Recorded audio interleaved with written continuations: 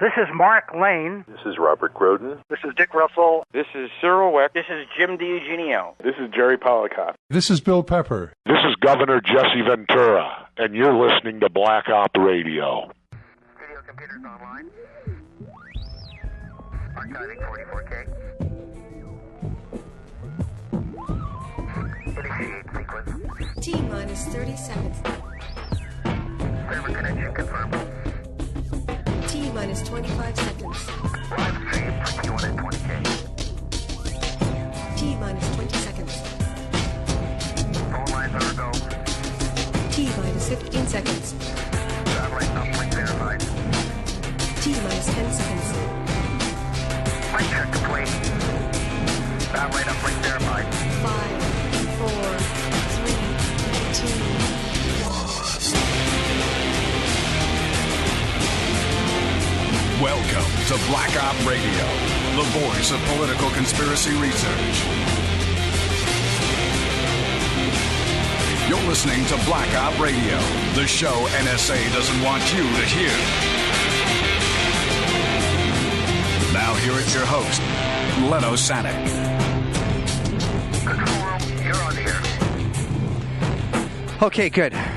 We have the go-ahead. We are on the air.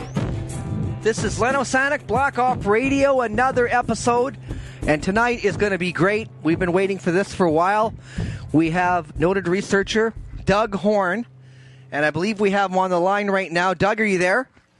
Yes, Len. Good evening. It's nice to talk to you again.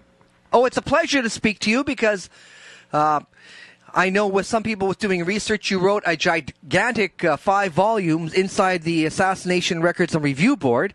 And, of course, with that, when you spend so much time on one topic, sometimes people want, to do something else for a while. And I know you'd said, listen, I'm backing off research for a bit. But with the new release of these tapes, Air Force One tapes, you've got your blog going and stuff to report. So it's going to be, I turn over the next 2 hours to you so that it can really get into the topic with no interruptions. And also, you have some notes, so you've broken it down to a few subsections.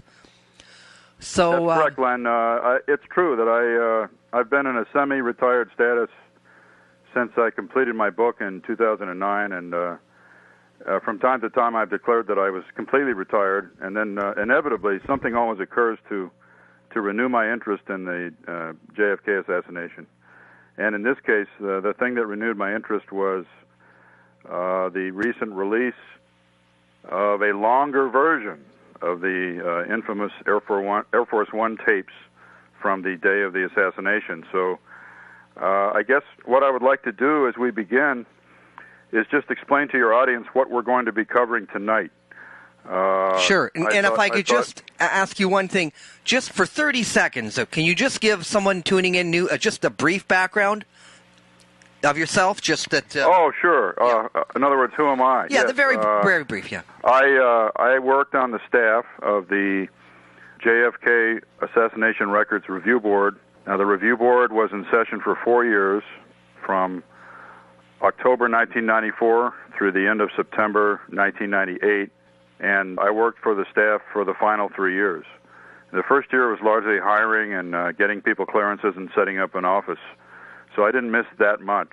I was there during the 3 years of heavy work, and I was hired as a senior analyst on the military records team. And about halfway through our lifespan, I got kicked up. My boss departed, and the head of the military team departed. So I got kicked upstairs and became the chief analyst for military records. And there were 4 teams on the review board staff: the military records team, the CIA record team, the FBI record team, and then the Secret Service and all others was the final team of analysts. And each team of analysts was only 4 or 5 people, sometimes less. Well, that's good. That's good. And I wanted to mention then that we have interviewed you in depth before, so people want to know a lot more about that background can tune into those previous shows, which are in our archives. But just so people know that you were there in the thick of things, so you have a good handle on certain topics. Yeah, yes. Right. I would say on certain topics a very in-depth knowledge, and on other topics a general knowledge, like most researchers. Right. Okay. So tonight our topic is going, by previous agreement between you and me, is going to be the new Air Force One tapes. And I thought it would be a good idea to explain to our listening audience what we're going to cover tonight. So the first of 5 topics will just be an introduction. What are the Air Force One tapes? Where did they come from? And why are they in the news again? The second topic will be to revisit General LeMay, General Curtis LeMay, the Chief of Staff of the U.S. Air Force. Why is he on the new version of the tapes? Why is he interesting to students of the assassination? And what questions about his possible involvement remain unanswered? The third topic tonight is to discuss, and I'll have some brief readings of a transcript I've just made. I've just made a transcript of what I call the key conversations from the new version of the Air Force One tapes. And what I'm going to do is discuss this tug of war between the people on the radio over the autopsy site, where will the autopsy be, and also the mode of transportation for the body to the autopsy site. So I'll read some of those selections from the transcript, and I'll explain why they're important. I'll explain the context in which they matter. In other words, why are we concerned with this? The fourth topic tonight will be what really happened on the ground after Air Force One landed at Andrews Air Force Base the night of the assassination. What happened on the ground versus what we heard on the tapes previously, because what happened on the ground was different. And then the final topic tonight, which I think is the most interesting, is what was the actual intent of those controlling the autopsy that day versus what actually happened? In other words, what do we believe, what can we safely conclude, reasonably conclude that they intended to happen versus what really did happen, and why did their plans go awry? Because they did go awry, badly awry.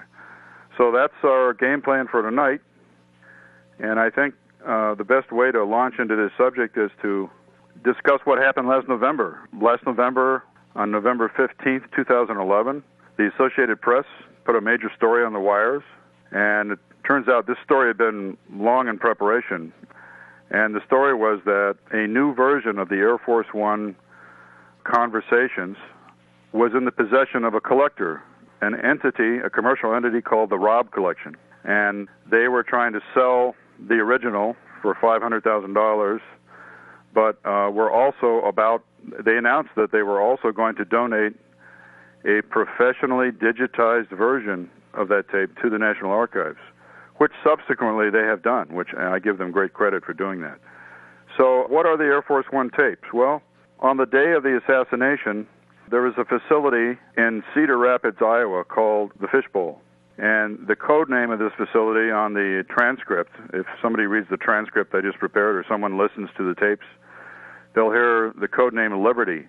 Liberty is the call sign for the Collins Radio Communications and Listening and Recording Facility at Cedar Rapids, Iowa. And the person who did the groundbreaking research on all this back in the early 90s and mid-90s was researcher Bill Kelly, and I want to thank him publicly for explaining to us what is Liberty and what was it all about. As Bill has explained on his own blog, JFK Counter-Coup, as Bill has explained, the Collins Radio Company, which had other defense contracts, some with the CIA, Collins Radio had installed a lot of radio equipment on the new presidential aircraft, SAM 26000. SAM means Special Air Mission. So that's the tail number of the airplane. SAM 26000 went into service in 1962 with Collins radio equipment on board, and concurrent with it going into service as the presidential jet, the Fishbowl facility in Cedar Rapids, Iowa, an operations center, if you will, run by Collins Radio for the Air Force, also went online. And it was the job of Liberty to be a backup communication center to assist with presidential and VIP communications. So this would be presidential communications or communications by high-level government officials, such as cabinet members, for example. Anyone who was airborne in a VIP aircraft or in the presidential aircraft to facilitate their communications with other ground stations and with other airplanes, to serve as a backup and to record such conversations when in flight. That was their job. And so the reason we have Air Force One tapes at all is because codenamed Liberty, the Fishbowl in Cedar Rapids, Iowa, was recording these conversations, which was part of their mission. Now, in the decade of the 1970s, Len, I know you know this, but let me explain to our listeners. In the decade of the 1970s, the LBJ Library released a version of the Air Force One conversations to the public, and this version is approximately 1 hour and 55 minutes long, approximately 115 minutes. The first JFK researcher I'm aware of who studied these and found things of great interest in them was David Lifton, who then published some excerpts from the tapes in his book Best Evidence in 1981. And we'll get into that later. And the tapes were interesting because there was a lot of talk about where will the autopsy be held, how will the body be transported to the autopsy, and, of course, other things such as who will President Johnson meet with when he lands in Washington, et cetera, et cetera. Now, the article that was issued by the Associated Press last November stated the following, stated that a new version of the Air Force One tapes, longer than the previous version, longer than the version released by the LBJ Library, had been found in the effects of General Ted Clifton. Now, Ted was his nickname. His real name was General Chester V. Clifton. General Clifton was the military aide to Presidents Kennedy and Johnson, and he was a brigadier general in the Army. It's called the military aide to the president, and he did what a lot of officials did in the 1960s, which they're not allowed to do anymore today. But he took a lot of professional papers and recordings home with him when he retired. So he retired in I believe it was 1965. And after working for the new president for about a year and a half or so, and I took with him not only a lot of papers, but this Air Force One recording, which, as it turns out, is about 27 minutes longer than the version released by the LBJ Library in the mid-'70s. So this new version is 2 hours and 22 minutes long. That's about approximately 27 minutes longer than the previous version. And so when this was announced by the Associated Press, it created a lot of interest last November. So I became aware from emails from some researcher friends of mine, including Bill Kelly, that the Robb collection had already done what they said they would do. They had donated their professionally digitized copy of this new tape to the archives. And by the way, part of the backstory is General Clifton died in 1991. His widow died in 2009, and it was his heirs running his estate who held a sale and decided to sell his professional papers and these tapes that he had taken home with him. So that's how the Robb collection got a hold of this material. So anyway, a couple of weeks ago, Len, I went online, finally, and I downloaded the free version that anyone today can download from the National Archives. And all they have to do, by the way, is Google the following phrase. They just Google the phrase, quote, post-JFK assassination, Air Force One flight deck recordings, end quote. If they just Google that phrase or something very close to it, the website will pop up. And what they can do is download 2 MP3 files. One is about 70 megabytes, and the other one's about roughly 66 megabytes, and they will then have this 2-hour, 22-minute new version. And by the way, the new version is superior in quality to the LBJ Library version. When I was a staff member on the review board staff back in 1995, I had to listen to 3 audio cassette recordings at the National Archives of the LBJ version. So these audio tapes had been sent by the LBJ Library to the National Archives, and then I was listening to, a multi-generational copy, and it was hard to hear some of it. There's static on the tape, and of course, there's a very loud hum on the LBJ Library version, very loud hum of the 4 jet engines, which makes it difficult to hear much of the recording. So this new version, this new professionally digitized version, that loud bass hum is gone. I mean, somebody really did a good job and cleaned it up.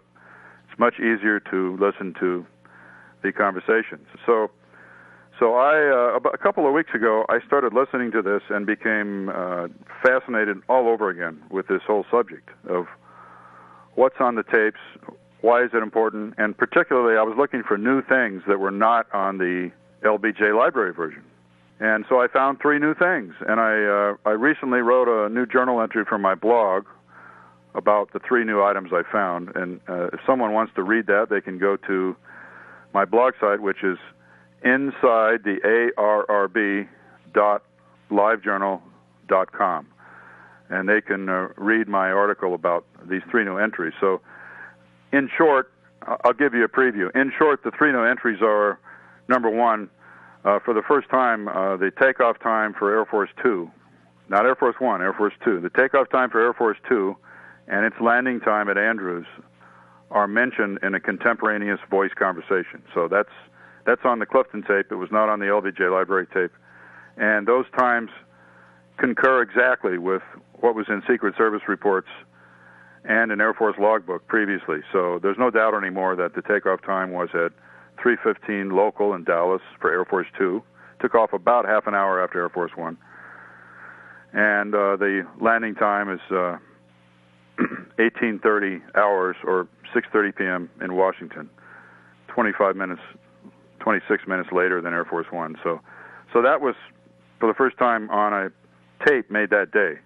So there's no doubt anymore about the takeoff and landing times for Air Force 2. And then a second new item on the tape is the fact that General LeMay's, his aide, Colonel Dorman, is desperately trying to get a hold of General LeMay while General LeMay is in flight, returning to the United States from Canada. And he's trying to get a hold of him urgently to talk to him on the radio. He doesn't say why, but that conversation is of great interest. We'll talk about that later tonight. And then the third new item I discovered on the Clifton tapes is a hot mic conversation. The speakers talking were not aware they were being picked up by a mic. Their conversation at the White House Situation Room at Crown. Crown is the code name for the White House Situation Room. Their conversation was transmitted to Liberty, through the airwaves to Liberty, recorded on tape, and they were talking about a black car, a black Cadillac, and in reference to getting JFK's body to the morgue, which is really interesting, as we'll explain later. So, the media presented, most of the media reports presented the new Air Force One tapes, the so-called Clifton version. They presented it as the complete, unedited version of the Air Force One tapes. Well, let me clarify something tonight. That cannot be true. It is a longer version. It is more complete than the previous version, but it is by no means the complete, unedited Air Force One tape. And I'll just briefly say why, and then we'll move on into the next topic. But the reason the Clifton tapes cannot be the unedited master version of the Air Force One tapes is as follows. The radio officer, Len, on the airplane, Master Sergeant John Trimble, wrote an after-action report the week following the assassination. And in that report, he mentioned that, well, first of all, I should add, let me back up. When one reviews the Air Force One tapes, you can hear a lot of communications chatter. About half of the tape is communications chatter, people trying to set up radio patches and trying to restore patches that weren't working and things like that. And they end up mentioning that they've got 4 circuits up, 4 patches on 4 frequencies, so that Air Force One can talk to the ground on 4 different frequencies. Now, Master Sergeant Trimble, in his after-action report, mentions that he had 3 circuits. 3 of those circuits were going full-time, simultaneously, almost full-time. Those are key words, simultaneous and full-time. What does that mean? Here's what it means. The flight time from Love Field in Dallas to Andrews Air Force Base, south of Washington, D.C., was 2 hours and 17 minutes. Now, we know that Liberty was recording all these conversations. This is a professional high-tech outfit, in 1963. State-of-the-art at the time. You know, and I know, that they had 3 master recordings of these 3 circuits that were in full-time use. And they might even have partial, recordings of the intermittent use on the 4th circuit. But you know they have master tapes of the 3 circuits, or that they had at that time, master tapes of the 3 circuits that were in simultaneous full-time use. Now, to make a conservative estimate of how much conversation should have been recorded, I took the flight time in my book, Inside the ARRB, I took the flight time of 2 hours and 17 minutes, and I just shaved off 17 minutes, because the plane has to taxi and take off, and then it has to land and taxi to a stop. So I shaved off 17 minutes, and I multiplied 3 circuits times 2 hours, because if you shave off 17 minutes, you've got 2 hours left in the flight. So 2 hours flight times 3 circuits equals 6 hours of recordings. There should be approximately 6 hours of recorded conversations from Air Force One that day. And yet the new Clifton tape is 2 hours and 22 minutes long. So we know there's a lot of material missing. There's an even better way to know that material is missing, and that is the fact that there are three people who have made historical records of messages that were passed to Air Force One in flight and also to the Pierre Salinger aircraft. The Pierre Salinger aircraft was another VIP aircraft, tail number 86972. It was in flight from Honolulu to Tokyo, and I should say from Hickam Air Force Base to Tokyo. And it was carrying Pierre Salinger, Press Secretary. It was carrying Secretary of State Rusk, Secretary of Agriculture Freeman, and other cabinet members to Tokyo to pave the way for President Kennedy's future visit to Japan. And that airplane turned around and headed back to Hawaii, and then after that back to Washington once it learned of the assassination. But so what we have is that on Pierre Salinger's airplane, we have two witnesses to the fact that the identity of the accused assassin, Lee Harvey Oswald, was passed by name, his name, and the fact that he had lived in Russia, that information, and that he did it all by himself, that information was passed from the White House Situation Room to airplane 86972 while it was in flight. And Salinger mentioned this in his book called With Kennedy. I just read that a week ago. I was not aware of that. And the other source of that information is another person who was on that flight, Assistant Secretary of State Robert Manning, who revealed the same information in an oral history interview that he gave in 1993. So we got two people who were on that airplane, both credible people, President's Press Secretary and an Assistant Secretary of State, who both said that the assassin was identified by name as Oswald. The people on the plane were informed that he had lived in Russia and that he had done it all on his own, that he was a lone assassin. There's another source for that information, and that is author Theodore White. In his 1964 book, The Making of the President, 1964, about Lyndon Johnson's election, shortly after the assassination, he mentions that there's a tape that exists in the government of these in-flight recordings, and he says that on the tape, it's noted that the identity of the accused assassin, Lee Harvey Oswald, was passed to the airplane, was passed to Air Force One, along with the fact that he had lived in Russia and that he had done it all on his own. So those are the three sources for that information. They're all credible sources. We don't think Theodore White actually heard the tapes. We think he talked to someone who had listened to the tapes, or that he talked to someone who had been on board Air Force One. But he certainly knew the tapes existed, and he was certainly correct about that. And so I suspect he talked to someone who had actually listened to the tapes. So those are the reasons that we know, additional reasons that we know that the current best version of the Air Force One tapes, the Clifton version, cannot be complete. Not only is it 3.5 hours shorter than it should be. I think there's about 3.5 hours of conversation missing.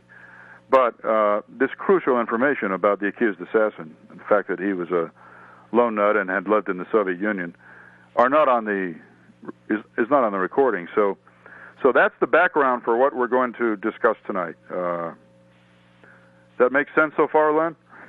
Yep, no problem at all. Okay. Now, I thought maybe we could have the most fun tonight by talking about General LeMay first. On the new tape, as I said, Colonel Dorman is trying to get in touch with General LeMay. He wants this airman at Andrews Air Force Base who's involved in setting up radio communications, Airman Gilmore. He wants him to set up a patch so he can talk to the Air Force Chief of Staff in flight, who's, by the way, heading back toward the United States at that time. And the Air Force communicator tells him, I'm sorry, we're too busy. We've got 2 patches running simultaneously to the White House, between Air Force One and the White House, 2 patches simultaneously, and we, with that one location, with Crown, and we can't get you on, sorry. And then he says, we'll try. And then Colonel Dorman ends the conversation. It lasts about 1 minute by saying, well, if you can't get him in the next 30 minutes, it doesn't matter because he'll be on the ground by then. So that's the only portion that's on this new tape. But the background is unbelievably fascinating. For those who don't know, a logbook surfaced from the Air Force, rescued from the trash, literally, and was given to the review board in, I believe it was 1996. I think it was either 96 or 97. Turned over to us by a civil servant, a patriot named Chuck Holmes, Holmes.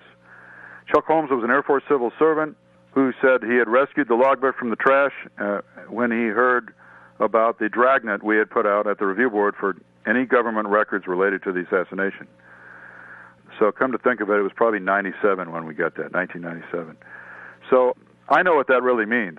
That means he was ordered to destroy it years before, and he refused, and he squirreled it away in a safe place. He put it in a safe, or he put it behind some other books on his bookshelf, or he put it at the bottom of the bottom drawer in his desk. And when the opportunity came to donate it to history, he did so. I mean, there's no such thing as that kind of coincidence where someone literally rescues something from the trash can. This means he was told to destroy it and refused. And I'm glad he refused, because here's what's on the logbook about General LeMay. In the logbook, it states that it states a lot of things about Air Force One takeoff time, proposed landing time. It states the actual landing time of Air Force Two, which is, as I said, 6:30 p.m. By the way, Air Force One in the log takes off at 2:47 p.m. Dallas time and lands at 6 o'clock p.m. at Andrews Air Force Base, and is on the blocks, rolled to a complete stop at 6:04 p.m.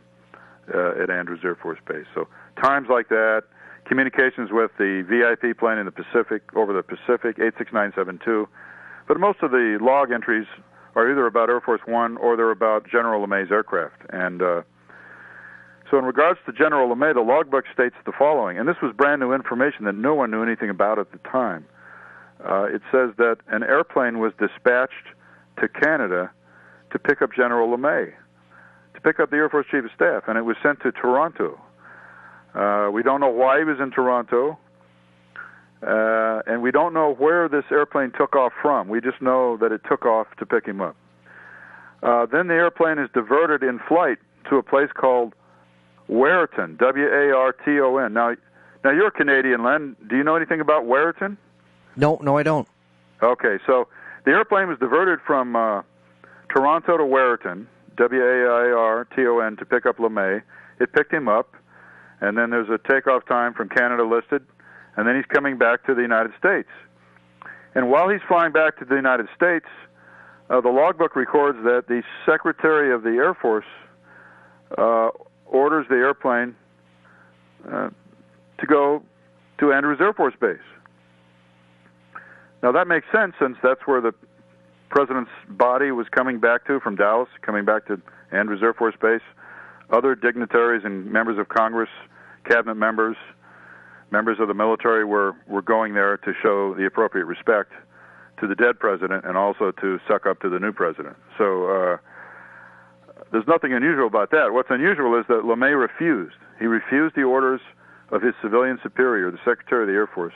And the logbook states, this is 12 minutes before landing, the logbook states that the airplane will land at DCA, not ADW. Now, ADW is the code for Andrews. DCA is a civilian airport, national airport, across the river from Washington, D.C., right across the Potomac River from downtown Washington. It's really an interesting story. So the Chief of Staff of the Air Force refused orders, landed at a civilian airport in a military aircraft for reasons unknown.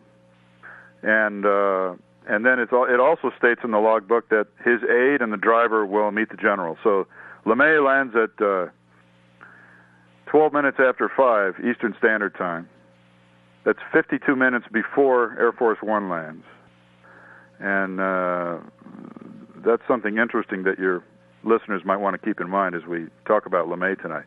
So that's the backstory on LeMay. Now, what makes all this even more fascinating is that in 2009, 2 years ago, somebody named, an author named Warren Kozak published what I call a puff piece biography of General LeMay. It's very complimentary. It's so complimentary, and it's so devoid of much of the real history of LeMay, how belligerent and bellicose he was, and how hard he was to get along with, and that it's really quite a boring read. But there's one mention in the book about LeMay that's very interesting. On page 356 in this biography published just 2 years ago, I'm going to read verbatim what the author says. Quote, on November 22nd, 1963, while on a hunting trip in Michigan, Curtis LeMay heard that President Kennedy had been assassinated in Dallas. He immediately flew back to Washington, end quote.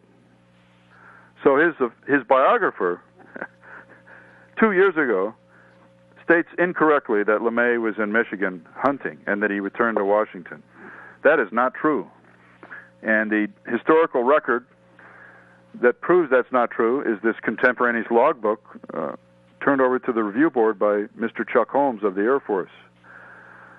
And now the fact that LeMay was in flight, coming back to the United States, is confirmed on the new version of the Air Force One tapes. Now,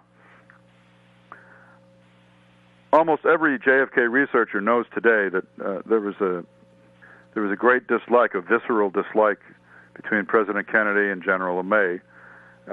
It was a strong animus. It was not a secret. It was commonly known, and I'm going to before I wrap up the LeMay conversation with some pertinent questions like why was he in Canada that day and why was his aide not with him, etc. We need to review the bidding on how serious this friction was between the president and General LeMay. Now, General LeMay was the Vice Chief of Staff of the Air Force for 4 years, from 1957 to 1961. Prior to that, for 8 years straight, he had led the Strategic Air Command and had turned this new outfit into the world's most lethal killing force, the world's most lethal fleet of destruction ever known in world history. And in 57, he was kicked upstairs to the Pentagon. He put his hand-picked successor in charge of SAC, someone even more belligerent and sadistic than LeMay was, General Thomas Power. And LeMay was in the Pentagon. In June 1961, President Kennedy, in the middle of the Berlin crisis, the developing Berlin crisis with the Soviet Union, appointed LeMay. He promoted him to Air Force Chief of Staff, from Vice Chief of Staff to Chief of Staff, probably with some misgivings, but knowing that this would be a strong signal to the Soviet Union at the height of the Cold War that I'm appointing this tough guy as the head of our Air Force, so don't mess with me. At that same time that LeMay was being appointed by the new president, by Kennedy, to become Chief of Staff of the Air Force, he was stabbing him in the back, behind his back. The co-author of the book 7 Days in May, which of course is a classic written in 1962 about an attempted military coup in the United States, written by a famous Washington insider and journalist Fletcher Nebel, and a co-author. Fletcher Nebel revealed privately, shortly before his death, that he had gotten the idea for writing this book about a military coup in the U.S. from talking to General LeMay in 1961. And as it turns out, right after the Bay of Pigs fiasco in April 61, right after that, LeMay was privately, to numerous people, including to Fletcher Nebel, calling President Kennedy a coward off the record. And so a month or two after LeMay is calling him a coward, he's appointed to become Chief of Staff. So that's the backstory on LeMay. And then let's fast forward to the Cuban Missile Crisis, when the entire Joint Chiefs of Staff was unanimous in recommending to Kennedy that we not only bomb but also invade Cuba to get rid of the Soviet intermediate-range ballistic missiles there. And LeMay was the most outspoken and bellicose about this of the people on the Joint Chiefs of Staff. And what I'm going to do is read some very brief excerpts, from the transcripts of the JFK secret recordings, which were made. He had a microphone in the cabinet room and was recording meetings and various conversations. And some scholars, one of them, Timothy Naftali, transcribed all these recordings several years ago. And I'm going to read some key excerpts from the advice that General LeMay was giving to President Kennedy on October 19th, 1962, during the missile crisis. So LeMay says here, quote, "Well, I certainly agree with everything General Taylor has said. I'd emphasize a little strongly, perhaps, that we don't have any choice except direct military action." And then LeMay continues, "Now, as for the Berlin situation, I don't share your view that if we knock off Cuba, that they're going to knock off Berlin," unquote. So he's telling Kennedy that we have to take military action. Berlin is not a problem. President Kennedy then responds by saying, quote, "What do you think their reprisal would be?" End quote. LeMay responds, quote, "I don't think they're going to make any reprisal if we tell them that the Berlin situation is just like it's always been." LeMay continues, "So I see no other solution. This blockade and political action I see leading into war. I don't see any other solution for it. It will lead right into war. This is almost as bad as the appeasement at Munich." And LeMay continues, "I just don't see any other solution except direct military intervention right now." End quote. Well, that was pushing Kennedy's buttons, because everybody knew that Jack Kennedy's father, Joe Kennedy, when he was ambassador to Great Britain, supported the appeasement in Munich in 1938, when the British and the French and the Italians decided to give away part of Czechoslovakia to Adolf Hitler in the hopes that he wouldn't demand any more territory in Europe. And Kennedy didn't rise to the bait. He just let the admirals and generals continue to talk.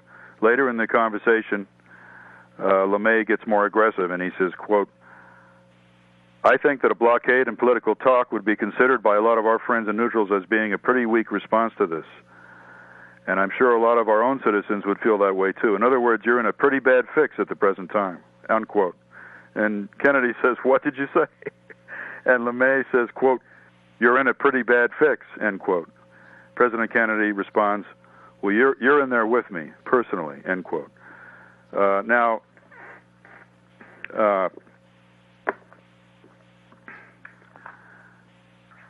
So, as we all know, President Kennedy did not bomb or invade Cuba during the missile crisis. It's a darn good thing he didn't, because what we know now, which we did not know then, what we know now is that not only did the Soviets have about 36 intermediate-range nuclear missiles with nuclear warheads, but they also had about 100 battlefield or tactical nuclear weapons. And the rules of engagement for the medium-range missiles was that Moscow had to give permission to fire. But the rules of engagement for the tactical nuclear weapons, the battlefield nuclear weapons, the rules of engagement for those, when they were installed, was that the commanders on the ground in Cuba had permission to fire them if Cuba was invaded by the Americans. The Soviets tried to withdraw that permission during the missile crisis, but I think with the emotions being so high at the time on both sides, we can all be pretty sure that if the U.S. had invaded Cuba, that many thousands of Americans would have died by nuclear fire. Some of those 100 weapons would have been used, and then we would have had a World War III situation, because we would have had to retaliate. So, at any rate, LeMay, I'm going to this delightful quote next before we move on.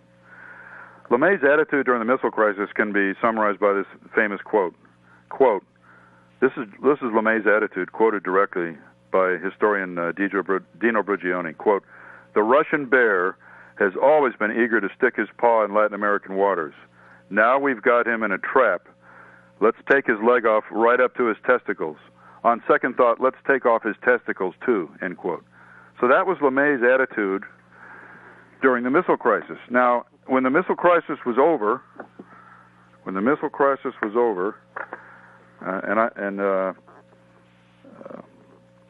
this new quote is in Volume 2 of my book. When the missile crisis was over, President Kennedy called the Joint Chiefs over to the cabinet room and tried to thank them. As I'm going to read this quote from my book on page 484 of Volume 2. Quote, President Kennedy tried to put a good face on what had been a difficult and stressful 2 weeks with his military leadership, saying that he wanted to tell them how much he admired them and had benefited from their advice and counsel. President Kennedy said, quote, Gentlemen, we've won. I don't want you to ever say it, but you know we've won, and I know we've won, end quote. At this point, the Chief of Naval Operations, Admiral George Anderson, exclaimed, quote, We've been had, end quote. LeMay's own emotional outburst followed immediately thereafter. LeMay, who was enraged that the United States had not bombed and invaded Cuba, pounded the table in the cabinet room and blurted out, quote, One hell, we lost. We should go in and wipe them out today, end quote. LeMay then proclaimed the resolution to the missile crisis to be, quote, the greatest defeat in our history, end quote, and ejaculated, quote, Mr. President, we should invade today, end quote, leaving President Kennedy stunned and stammering in amazement. So this is the backstory to the relationship between JFK and LeMay. And by the way, LeMay was also the author and the proponent of the massive retaliation doctrine that was so favored by Eisenhower's Secretary of State, John Foster Dulles. LeMay believed in hitting the Soviet Union on the slightest pretext. If they showed any sign of ever launching an attack on us, he wanted to hit them with a preemptive first strike. And that was his doctrine throughout the 1950s. After he retired, he expressed regret that we never did that. And Robert McNamara, Secretary of Defense for Kennedy, reported in several interviews after his retirement that LeMay believed nuclear war with the Soviet Union was inevitable and that it was winnable and that we had better fight them in this nuclear war while we still had a major advantage in numbers of weapons and delivery systems before the Soviets achieved any kind of real parity with the United States. So this is the backstory to the fact that Paul O'Connor, one of the Navy enlisted men who was assisting the Navy pathologist during President Kennedy's autopsy at Bethesda, Paul O'Connor told this story many times after his retirement, that General LeMay was at President Kennedy's autopsy, that he was at the autopsy, and when Dr. Humes, the chief prosector, said, who's smoking a cigar in here, and ordered O'Connor to have them put it out, O'Connor went over to this man who he immediately recognized as the infamous General LeMay, and LeMay blew smoke in his face. At which point, O'Connor turned around and went back and told Dr. Humes what had happened, and Humes dropped the subject. So this is what makes the story of General LeMay on November 22nd, 1963 so fascinating. Number one, he and President Kennedy literally hated each other and didn't understand each other and disrespected each other openly. Number two, LeMay was reported by one of the workers that night, Paul O'Connor, to be present at JFK's autopsy.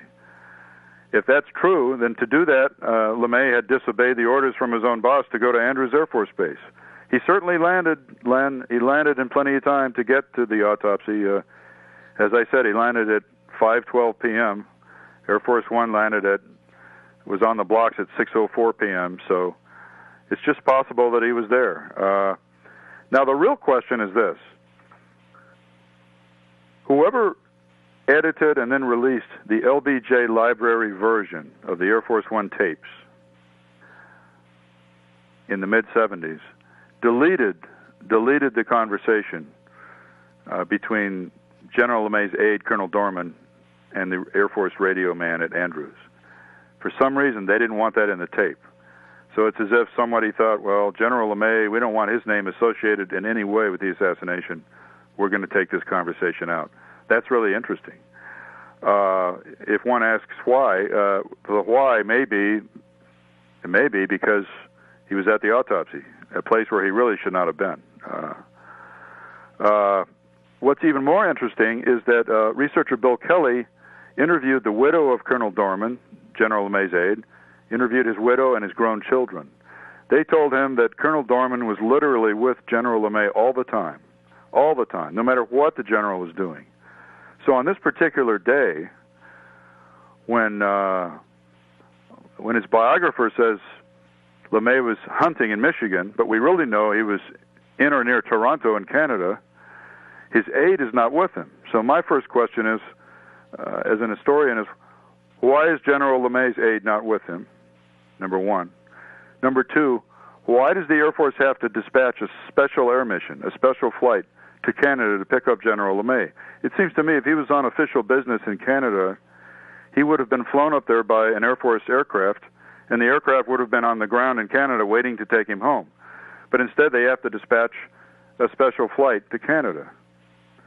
Now, the business of the hunting trip in Michigan in General LeMay's biography 2 years ago, when I read that, my immediate response was, this means to me, and still means to me, General LeMay was lying about where he was that day, either to his family or to his work associates. Otherwise, the biographer, Warren Kozak, would not have published that information. I'm sure that's probably the best information Kozak could come up with.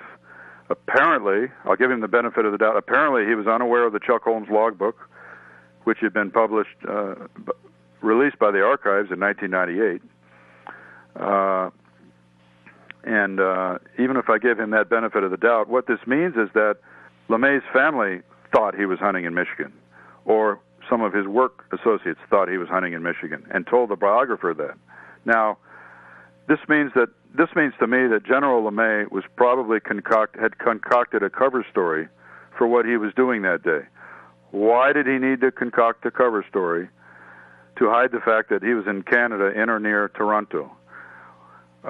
Why did he not take his aide with him, and why did he not have his official aircraft with him? Why did they have to dispatch an aircraft to go get him? And the final question, of course, is, was he at the autopsy? So this is the titillating information to tonight, to bring up the whole subject of LeMay again. Now remember, General LeMay was a very brave and resourceful bomber pilot in World War II and a wing commander in Europe, flying B-17s. He then transferred to the Pacific late in World War II. He was the author and initiator of the firebombing campaigns against Japanese cities in 1945, and under him, this is an unbelievable statistic, under him, 67 Japanese cities were partially or totally destroyed by firebombing. 67 cities. And in those 67 cities, in every case, between 50 to 90% of the population was killed.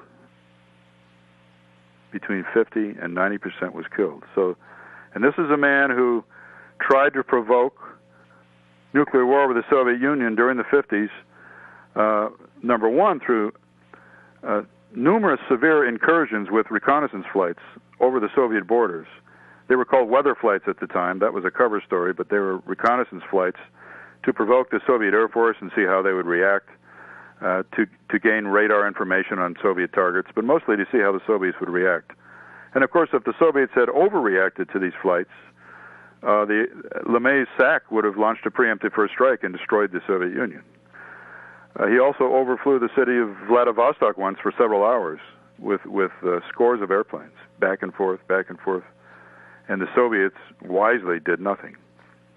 That was a pretty blatant attempt to get them to initiate a knee-jerk response that the Air Force could then use for a preemptive strike. Neither one of those attempts worked, but this is what LeMay was up to in the 50s. And so that's why it's interesting that his aide is trying to contact him on the new tape, because that conversation was not on the earlier version of the Air Force One tape. So that's my General LeMay story for tonight. This simply raises new questions, and they're important questions. I've always thought that, at the very least, LeMay was probably a cheerleader for the assassination attempt for the forthcoming coup. At the very least, he was a cheerleader. He may have been more involved in that. I don't know. But his actions that day are very strange. So, do you have any questions about General LeMay, Len? No, I knew most of those facts. He's a curious guy. He's a tough guy. And, anyone looking into it will find very quickly that he did not like President Kennedy. Oh, not at all. Then it was a mutual dislike. As one historian put it, General Kennedy literally almost had a fit every time someone mentioned LeMay's name. And one of the reasons was that the nuclear war plans that Kennedy inherited were for total annihilation of half the planet with no flexibility whatsoever. If we had the single integrated operational plan, PSYOP 62, which Kennedy inherited, they were named after the fiscal year, was to destroy everything red, all of China, all of Russia, Albania, all of Eastern Europe, if there was ever a war. And so Kennedy wanted more flexibility in the plan, and so there was a new PSYOP in place when the Cuban Missile Crisis began, which was a little bit more flexible. But it was LeMay and his successor, Thomas Power, who were responsible for that genocidal mentality. So let's move on quickly. I probably spent too much time on LeMay. It's just so fascinating.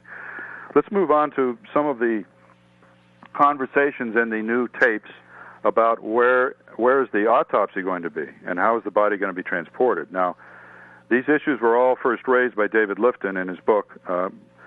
This transcript I just prepared, which is 29 pages of key conversations, is a more complete record than Lifton had in his book. And of course, the new tape is easier to listen to, so these might be just a little bit more accurate in cases. And but before I quote to you some of these conversations, it's important to understand the context of the conversations that you hear on the Air Force One tapes, the conversations about the autopsy site and how the body is going to be transported. The context is critical to understanding why these conversations matter. So the context is the fact that there were 3 casket entries into the morgue at Bethesda Naval Hospital the night of President Kennedy's autopsy. There should have been 1, but there were 3. It's a very unusual state of affairs. David Lifton first brought this to our attention in 1981 in his book Best Evidence. And while Mr. Lifton and I now disagree on some topics, this is one subject that we're in total agreement on. He's the first historian that made us aware that there were 3 casket entries.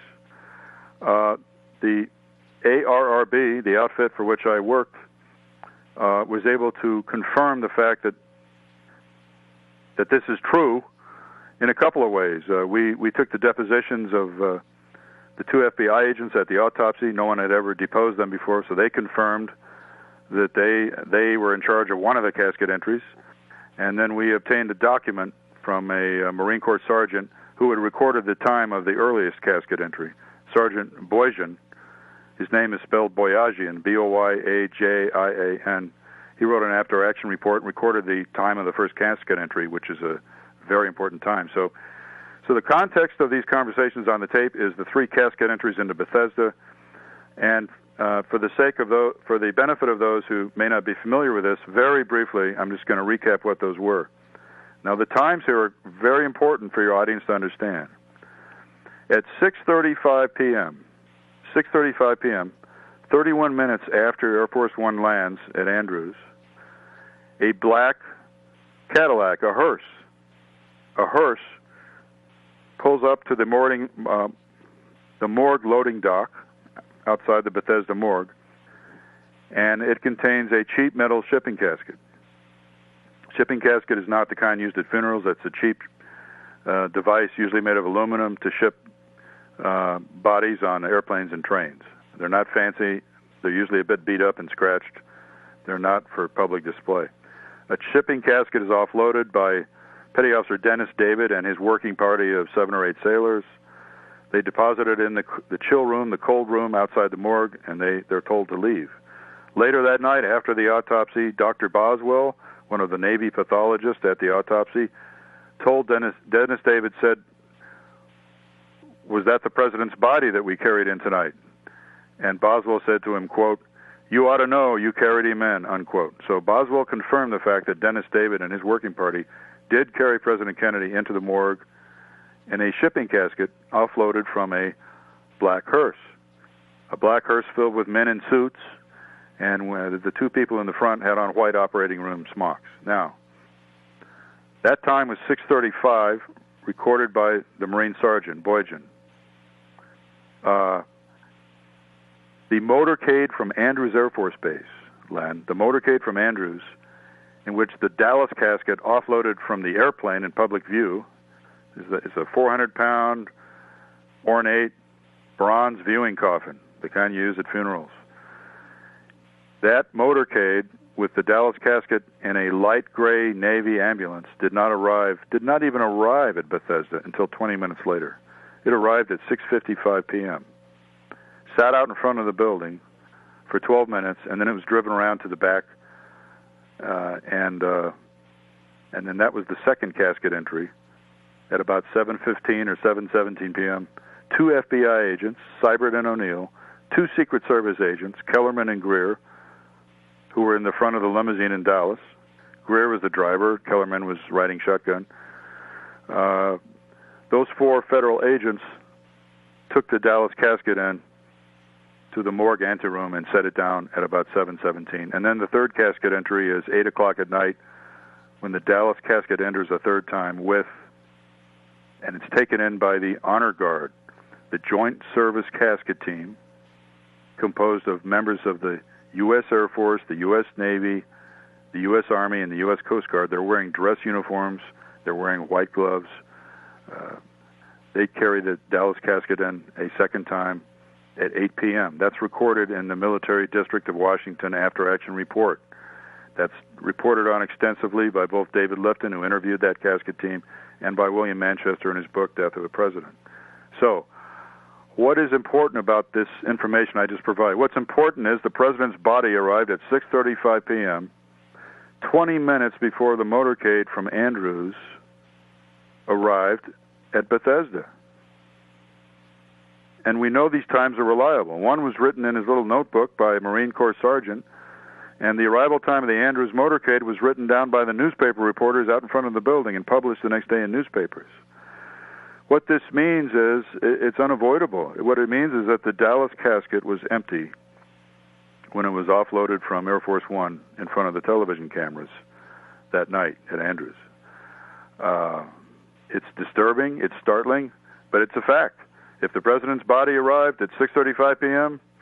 and the motorcade from Andrews didn't arrive at the hospital till 6:55, and then it sat out front for 12 minutes, and then it was driven around the back, then that casket was empty when it was offloaded from the airplane in front of the TV cameras. The questions then become why, and then how did the body get to Bethesda? So this is the context in which I'm going to now read some key passages, just a few key passages from this Air Force One transcript that I've prepared from the new Clifton tapes. Now, this first passage is from Agent Roy Kellerman. Remember, he was in the right front seat of the limousine in Dallas. He's talking on the radio to his big boss back in the White House. The White House is, code name is Crown. That's the White House Situation Room, which is staffed by McGeorge Bundy, the National Security Advisor, and by Gerald Bain. Jerry Bain was the head of the White House detail of the Secret Service. So this is Kellerman to Bain. Kellerman says, "We're at the airport, 26,000, everybody aboard." These are direct quotes. Bain says, "Go ahead." Kellerman repeats, "We're waiting for the swearing in at the plane before takeoff." Kellerman then continues, "We are waiting for the judge to appear for the swearing in." And at this time, Bain is basically just listening, saying, "Go ahead." This is a key passage. Keep in mind, before I read this, the airplane is still on the ground in Dallas. It hasn't taken off yet. The swearing in has not even happened yet. Kellerman says, quote, "I'll have to call you again after the body, period. However, I'm sure the volunteer boys will go over his car and so forth," end quote. So this is Kellerman after he says everybody's on board, after he says we're waiting for the swearing in, it hasn't happened yet. He says, I'm going to have to call you back, Jerry. I'm doing something with the body. This is an unbelievable gaffe or clue, really. An admission that they're doing something with President Kennedy's body. And clearly what it is, in retrospect, is they're removing it from the Dallas casket and almost certainly placing it in either the forward luggage compartment on the airplane or the aft luggage compartment, okay? The casket was put on the airplane, in the tail of the airplane, on the port-hand side, the left side. Right opposite the casket was an aft starboard galley door, a door on the starboard side, the right-hand side of the airplane. The passenger doors in Air Force One were on the left-hand side. A big passenger door up forward behind the pilots on the left side, another big passenger door on the left rear where the president went on and off. The casket went up the left rear door, and there's a galley door on the starboard side, right opposite where the casket was placed. So, once again, Kellerman says, I'll have to call you again after the body, end quote. So, this is a fascinating clue, which lends credence to the fact that, yes, that casket was probably empty. It had to be, because the body arrived at Bethesda way too early, before the motorcade from Andrews. Now, there was great interest expressed. Oh, by the way, so I'm sure everyone's asking, why would anyone remove the body from the casket?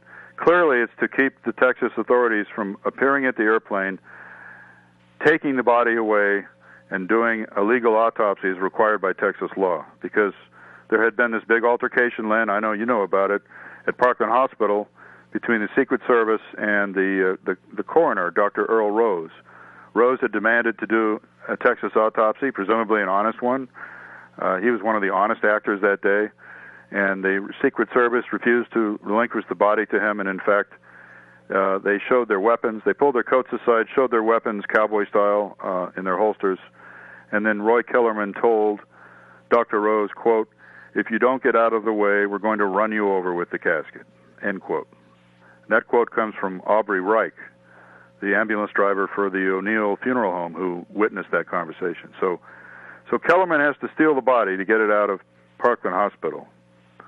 And then on the airplane, I'm convinced that's why the body's removed from the casket, so that if the Texas authorities show up and demand to do an autopsy, they're not going to get it. They might get a casket. They'll find out later it's empty, and meanwhile the airplane is taken off. So there might have been a secondary reason for taking the body out of the casket. That might have been to tamper with the throat wound.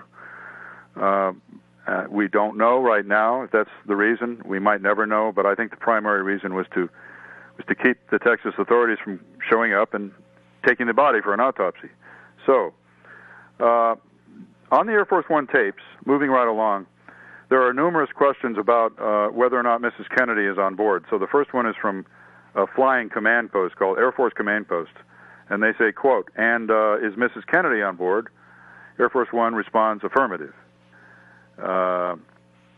Just a few minutes later, someone on the flying command post says, he's talking to the radio operator on Air Force One, and he says, Sergeant, this is Colonel Hornbuckle in operations. We have a request from Chief of Staff's office to know if you have Mr. Johnson and Mr. Kennedy's body on board. And the response from Air Force One is Air Force One affirmative on all those questions. So the Chief of Staff is General LeMay. So we've got a Colonel Hornbuckle in operations on the flying command post on another airplane, relaying a request from the Chief of Staff's office to know if Mr. Johnson and President Kennedy's body are on board the airplane. The answer is yes. Just a few minutes later, the question is repeated from a different person on the command post, and that person says, quote, can you tell me in regard to 1 and 2 or the top people on board, end quote. And the answer from Air Force One is, Roger, the President is on board, the body is on board, and Mrs. Kennedy is on board. So now, then the confusion begins about where will the autopsy be and how will the body be transported there. And you've got 4 principal actors in this story, and I'll quickly explain who they are and what they wanted to do. Roy Kellerman, who's at the focus of all this body business and casket business, Roy Kellerman, and Admiral Berkeley, the president's military physician, Admiral George Berkeley, Rear Admiral Berkeley, U.S. Navy Medical Corps, and Roy Kellerman, who was in charge of physical security on the Texas trip. They are both requesting on the radio on Air Force One, requesting that arrangements be made for an ambulance to take the body to Walter Reed Hospital. That's the Army facility in D.C., to Walter Reed Hospital for the autopsy. They're both requesting that. Jerry Bain counters. Jerry Bain, back in the White House, Kellerman's boss, counters and said, no, we're going to take the body by helicopter to Bethesda. And at which point Kellerman says, okay, Jerry, I'm going to have to get Berkeley on the phone. So let me read those passages very quickly. They're rather dramatic, actually. So, Kellerman, Walter Reed is supplying the ambulance for the body to take to Walter Reed. Over. He's essentially asking a question. And Duplex can't hear him very well. Duplex is Jerry Bain. He keeps asking him to repeat. So Kellerman repeats, Walter Reed ambulance for body that will go to Walter Reed. Over. And Jerry Bain, he says, say again. Kellerman says for the third time, an ambulance from Walter Reed furnished to transport the body. Over. And then Jerry Bain, his boss, springs the surprise on him. Jerry Bain says, quote, arrangements have been made for a helicopter for the Bethesda Naval Medical Center. Over. So Kellerman responds, stand by, Jerry. I'll have to get Berkeley here. End quote. So then, meanwhile, Berkeley is on the radio contacting the Surgeon General of the Army, General Heaton. And Berkeley is saying to Heaton, and by the way, this is new information on the Clifton tape that was not on the Air Force One tape. Berkeley is saying to Heaton the following, quote, use the military district of Washington in regards to the taking care of the remains of President Kennedy, and we plan on having the president taken directly to Walter Reed, end quote. So you have Berkeley repeating Kellerman's desires that we want the autopsy at Walter Reed and we want the president taken there, and he's talking to the Surgeon General of the Army. Now, the next part of this little drama is Jerry Bain gets on the radio with Admiral Berkeley, and he tells him, no, that's not what's going to happen. So Berkeley says to Bain, quote, what arrangements have been made in regards to the reception of the president? Bain says, quote, everybody aboard Air Force One, with the exception of the body, will be choppered into the south grounds. The body will be choppered to the Naval Medical Center at Bethesda. Over. Berkeley responds, the body will be choppered or will go by ambulance to the Navy Medical Center? And Bain answers, will be choppered. So this is the head of the White House detail of Secret Service overriding what Kellerman and Berkeley have been trying to set up. They've been trying to set up a Walter Reed autopsy. And we've got Jerry Bain in the White House saying, no, we're going to take the president's body by helo to Bethesda. Everybody else on the plane is going to the south grounds of the White House by helicopter. So they're trying to separate everybody on the plane from the body. Next, General Clifton. Now, this is the same General Clifton who took these Air Force One tapes home with him when he retired. General Clifton gets on the line with General Heaton, the Surgeon General of the Army, and he tries to override what Jerry Bain wants to do. Listen to this. You've got General Heaton on the line saying, yes, General Clifton. So, General Clifton. This is General Clifton I'm quoting. He's on Air Force One. He's the president's military aide, and he says the following.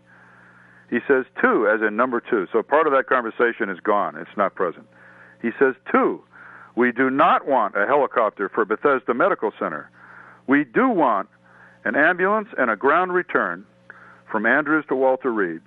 And we want the regular post-mortem that has to be done by law, under guard, performed at Walter Reed. Is that clear? Over. And then General Heaton dutifully says, that is clear, General Clifton. You want an ambulance and a limousine at Andrews. You want the regular postmortem done by law at Walter Reed. So you've got Clifton trying to override the Secret Service at the White House. So you've got a party, a cabal, if you will, of Clifton and Berkeley and Kellerman who want the body to go to Walter Reed. And you've got the White House Secret Service head wanting it to go to Bethesda.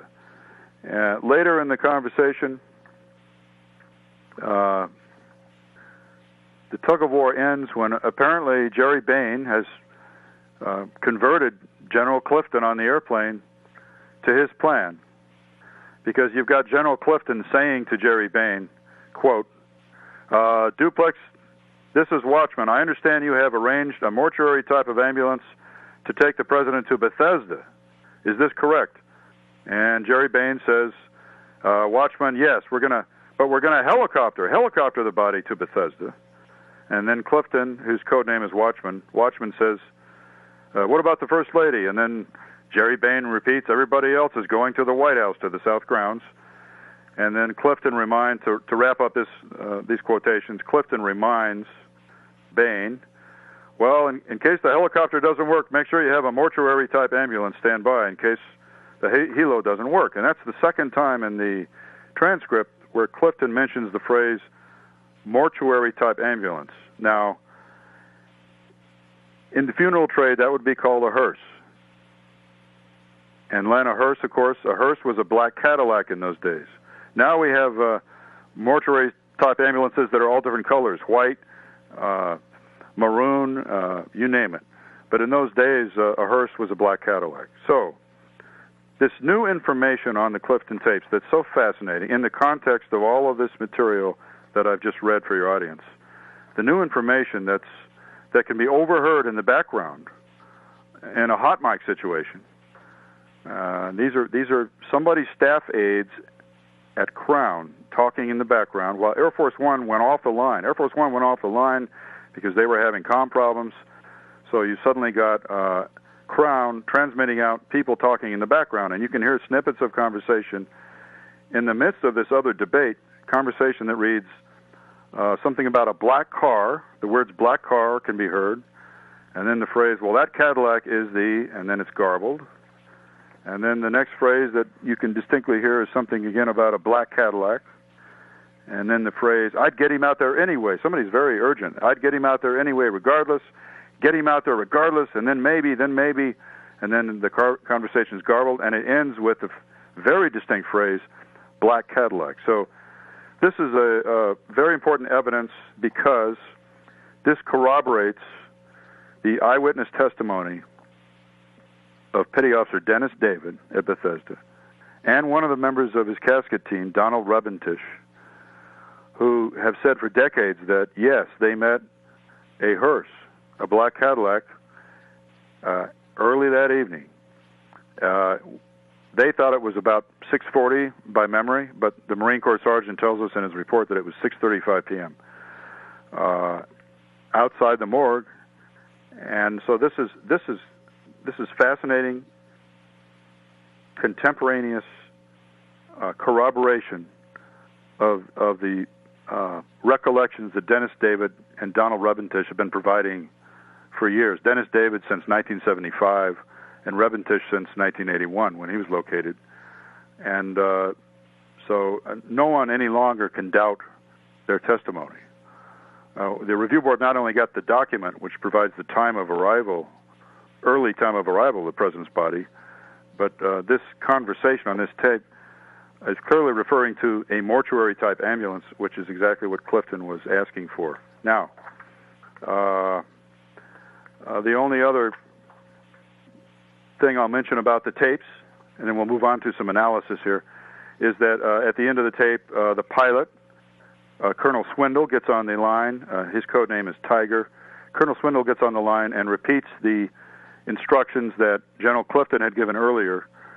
He repeats the instructions to an Air Force officer and says, we need a ramp on the left for President Johnson up forward. We need a forklift back aft to take the casket off. And he says, we also need a ramp up forward on the starboard side to take off the First Lady. So, in fact, I may not have read that. That's right. Let me read this. Let me back up a little bit.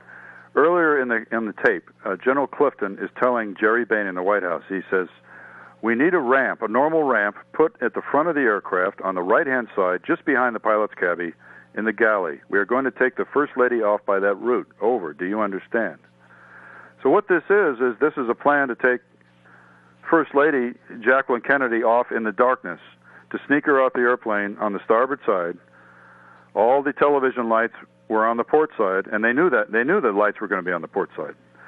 To sneak her off in the darkness and get her away from the casket, get her to the south grounds of the White House. So this is General Clifton first gives those instructions to the Secret Service, and then at the end of the Air Force One tape, you've got Colonel Swindle reiterating that to another Air Force officer, and they say, yes, that's all arranged. That's not what happened, but that's what they wanted to happen. So, just a moment. Still with me, brother? Okay. I'm looking for my outline. Yeah, okay. right here. So, now, I think it's time to discuss what really happened on the ground versus what we just heard discussed on the radio. What happened on the ground was not what was intended in all the radio conversations, and this is where it really gets interesting. There's a recording of the NBC news broadcast called "As It Happened." It was aired on the A&E network some years ago. It was a rerun of the NBC coverage the day of the assassination, Len, and in that recording, I watched it last night, and what I did was I made a timeline of events, and I recorded what some of the news people were saying. It's really fascinating. It bears on all of this. At 6:04 p.m., Air Force One rolls to a stop at Andrews, and we know that from the radio conversations on the Air Force One tape, and we also know that from the Chuck Holmes logbook. So it's on the blocks at 6:04. 40 seconds later, this is really interesting. 40 seconds later, a female announcer on NBC says, quote, excuse me, "An Army helo has just landed, making a great deal of noise." And then the male announcer, Robert Abernathy, says, "The helicopter is standing by near the presidential jet to take the coffin away." I'm going to repeat that. He says, "The helicopter is standing by near the presidential jet to take the coffin away." And this all happens 40 seconds after the airplane's on the blocks. At 6:07 p.m., just 3 minutes after the airplane rolls to a stop, a light gray Navy ambulance backs up to the aircraft. And you can see the President's naval aide, Tazewell Shepard, on the ground. He's down there near the gray ambulance. He's gesturing with his arms. And then the male announcer, Robert Abernathy, says, quote, "The body will be flown by helicopter, possibly to Bethesda Naval Hospital." And then the female announcer says, "Others say it'll be flown to the White House. There's some difference of opinion as to the exact plan," unquote. But what's interesting to me, it's fascinating, is that the press is already aware somehow of Jerry Bain's plan to transport the body by helicopter to Bethesda. They're already aware of it, and they're noting that a helicopter has just landed near the airplane, and we'll get to that in a minute. At 6:09 p.m., the Navy ambulance departs. Jackie Kennedy gets in the ambulance. Robert Kennedy, the Attorney General.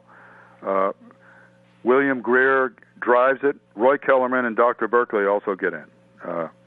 What's interesting, and what David Lifton reminded me of just this week, we had some good email exchanges on this subject, is that William Manchester in his book Death of a President, wrote that this ambulance was never intended to carry President Kennedy's casket. It was a cardiac ambulance sent to respond to a rumor that President Johnson might have had a heart attack in Dallas. There was a rumor to that effect. And he had a history of heart problems, and he had had a very serious heart attack in the late 50s. So this was a cardiac ambulance, and as you watch this NBC rebroadcast, you can see there's a black driver, and then there's a white lady who's a nurse in the front seat. And the black driver is summarily evicted from his own car, and the nurse is told to get out. and the Secret Service commandeers the car, and the casket's been put in it. They commandeer the car, and they drive off. What happened is Jackie Kennedy said, "We'll go in that." So Len not only refused to change her clothes that night, she refused to change her bloodstained clothes, saying, "I want them to see what they've done." She not only refused to leave quietly in the darkness on the starboard side of the airplane, but she says, "I'm going to stay with the casket. We'll go in that vehicle." So nobody could say no to the widow, and everything changed. So as the car drives off with the Dallas casket on it and the VIP passengers, the female announcer says, words to the effect, "The ambulance will deliver the casket to the other side of this airport to where the helicopters are standing by." So she says the ambulance is going to take the casket to the helicopters. So the press is starting to lose a grip on what's happening. They're speculating, but that's what she said. At 6:10 p.m., LBJ comes off the plane. At 6:13, he makes brief remarks that last less than a minute. At 16 minutes after 6, LBJ boards an Army helicopter. At 6:19 p.m., he takes off. And this is important. At 6:20 p.m., the TV coverage is cut. So at 6:20 p.m., there's no more TV coverage from Andrews. And even when there was TV coverage, it's very dark outside, and you cannot see what's on the starboard side of the airplane. You cannot see anything. It's very dark. So, now, you still with me, Len? Right here. Okay. Now, this is where it gets even more interesting. They talked about a loud helicopter landing just after Air Force One rolled to a stop.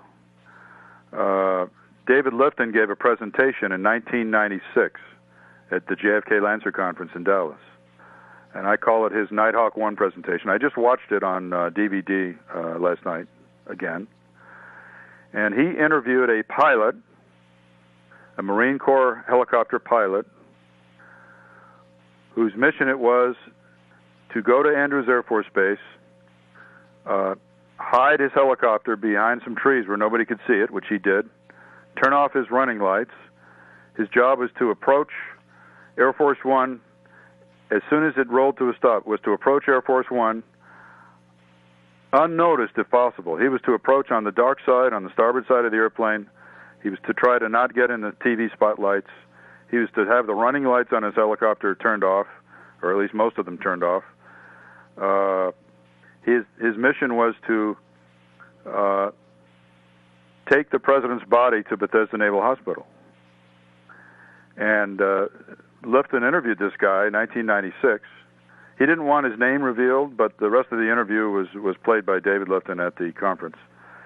And what he told was this story, how he was part of the HMX squadron based out of Anacostia, which is the naval station southeast of D.C., and stationed sometimes out of Anacostia, sometimes out of Quantico. They were on duty 48 hours at a time. They were called the Hot Team. And he sat there, and he nosed up to within about 100 feet of the tail of Air Force One. That's why all these television reporters heard a loud helicopter and talked about it. That's also why a Canadian broadcasting radio broadcast talked about a very loud helicopter just on the other side of Air Force One, and they could even see the running lights underneath the helicopter. They could see them blinking. The pilot said he watched the light gray Navy ambulance pull up to the plane. He watched the casket get loaded on the ambulance, the Dallas casket. He watched the First Lady get in the ambulance, and he said as soon as they got in the car drove off, and that's when he took off. He thought, well, that's it. I can't accomplish my mission. I can't do my job, so I'm going back to base. So he took off and left. And said he actually went back to Quantico. So the context for all this for your audience is that this is surely the helicopter that Jerry Bain was talking about on the Air Force One tapes. This is the helicopter he was talking about early in the conversations, early in the flight. He wanted a helicopter to take JFK's body to Bethesda. The pilot didn't load any body on this particular helo. he saw the Dallas casket loaded into a light gray Navy ambulance and drive off, and he took off. So, there's a mystery here. There's a mystery here, and the mystery is, how was a black hearse, a black Cadillac, how was that able to deliver President Kennedy's body in the wrong casket, a cheap aluminum shipping casket, which, by the way, had a president wrapped in a body bag inside of a zippered body bag, not wrapped in sheets like he was in Dallas? How was that able to take place if this helicopter pilot did not take the body to Bethesda, which was his mission? And the answer is, it just had to go on another helicopter, Len. And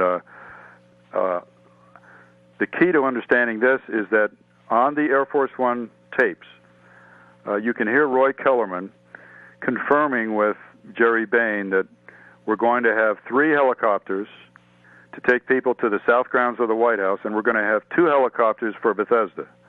And Bain says affirmative, that's correct. So they tried to have that conversation several times, and it was broken up by static several times, and then finally they got it in later in the flight, and you can clearly hear them saying 3 helicopters at Andrews to take people to the White House, 2 helicopters to take people to, it just says for Bethesda. So the pilot of Nighthawk 1 didn't take JFK's body to Bethesda, but I'm telling you, Len, somebody else did.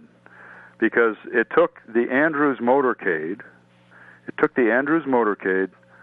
from, I've got the time here, where is it? It left Andrews at 6:09 p.m.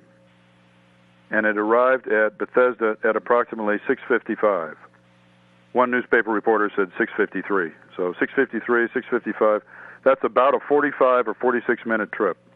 So that's a 45 or 46-minute trip for an ambulance with a police escort, which is moving pretty fast, about 30, 35 miles an hour most of the time, according to the FBI agents who were in the motorcade. They told us that they had police escort, nobody was on the streets, and they made pretty good progress going to Bethesda.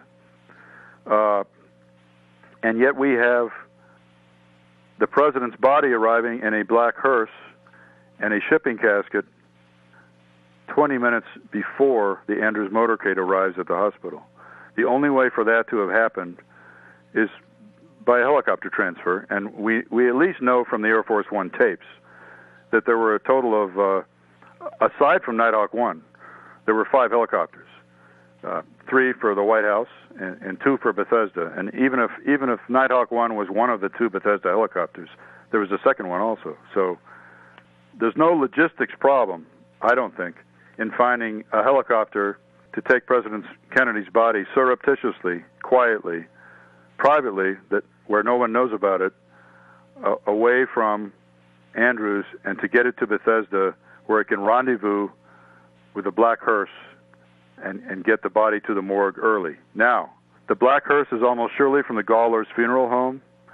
We, at the review board, we interviewed the supervisor that night, Mr. Hagan. He told us that originally they were ordered to take a hearse to Andrews Air Force Base by the Military District of Washington by Colonel Miller. He said at the last minute that was canceled, and they were told, don't go to Andrews with the hearse. So it's pretty clear where they went, because as Dennis David said, when the hearse drove up, the 2 people in the front seats had on white operating room smocks. So that's pretty clearly Mr. Hagan, the supervisor, and Tom Robinson, the young embalmer. 2 other Gawler's people arrived later that evening, but those 2 guys arrived early, and Tom Robinson, as we all know, was present for all the procedures on the body. I guess he was a non-person to the people performing those events, and they just didn't think he was important or any kind of a threat, so he was there to witness everything.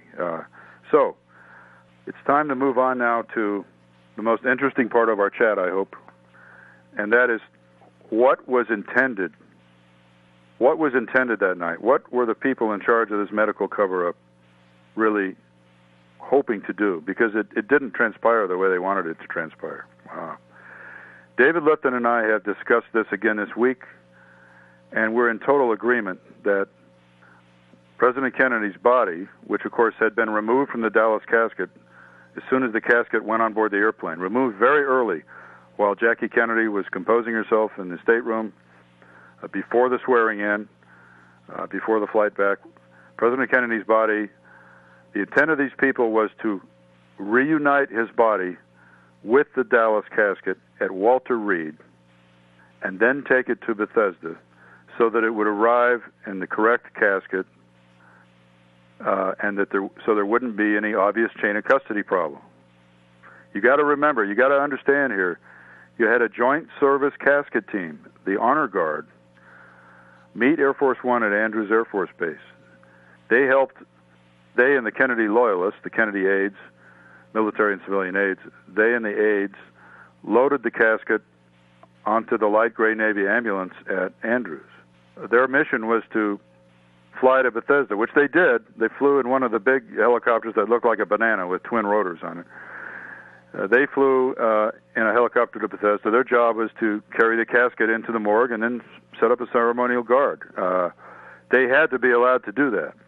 Problem is, when the casket left in the gray Navy ambulance, it's empty. Jackie doesn't know that, but and the casket team doesn't know that. But the people on the airplane sure as heck know that. You know, General Clifton and Admiral Berkeley and Kellerman know that. That's why they wanted the body to go to Walter Reed. That's one of the reasons. So, but this is what went wrong.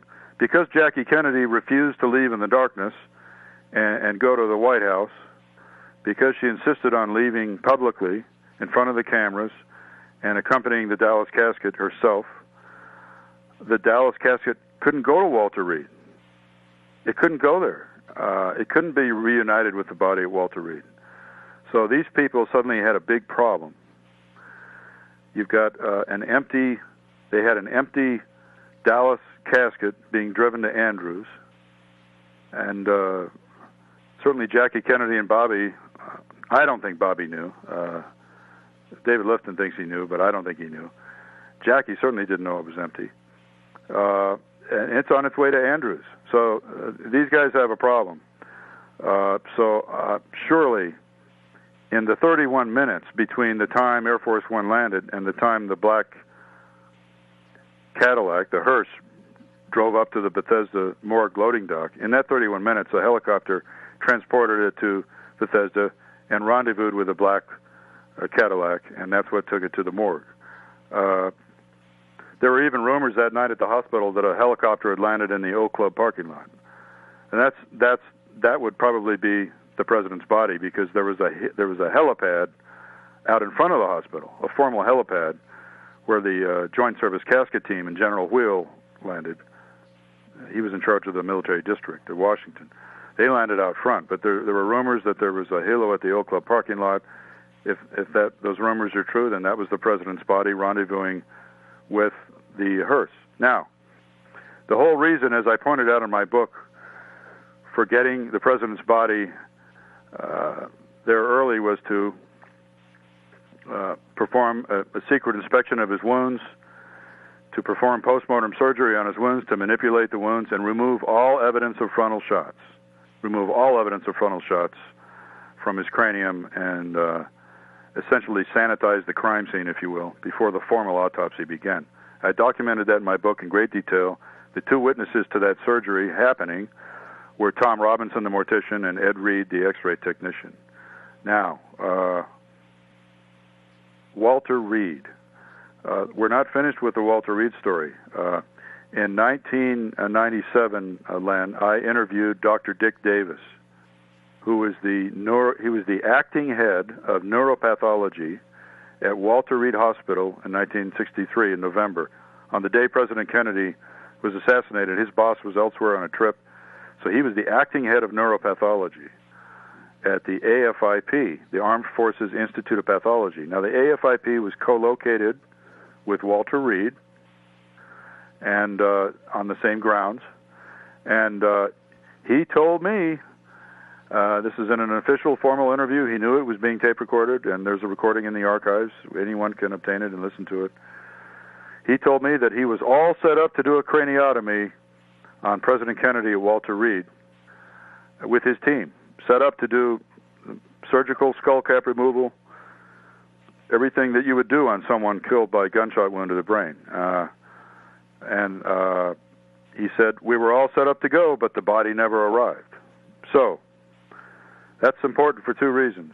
Number one, the body never arrived. Clearly the intent originally was that the body was to go to Walter Reed, and I agree with David Lifton that the reason was to reunite it with the Dallas casket so that the Dallas casket could then be either flown or driven to Bethesda and delivered in the same casket. The body could be delivered in the same casket in which it had left Dallas, and no one would know anything was amiss. Now, this is where Lifton and I, we differ on how to interpret the Dr. Dick Davis interview.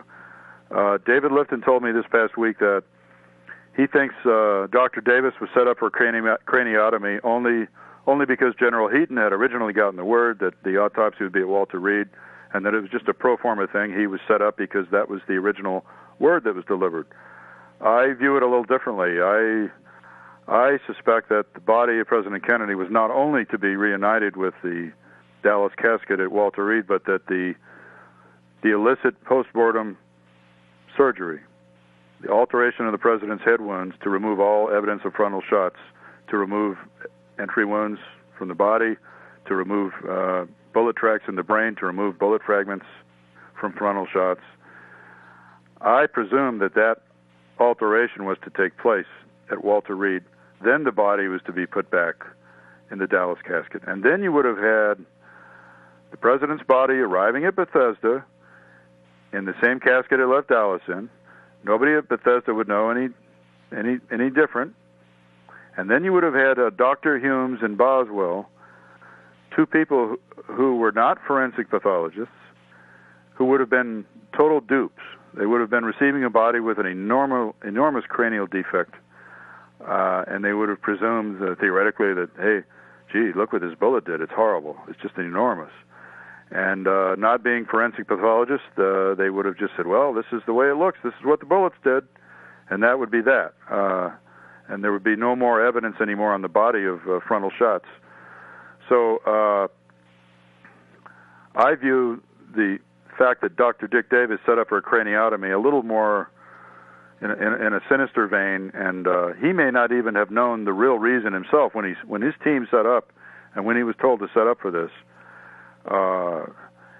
He may have thought he was doing the autopsy, but I'm sure that as events would have unfolded, if Jackie Kennedy had not glued herself to the Dallas casket at Andrews Air Force Base, that casket would have gone to Walter Reed by helicopter.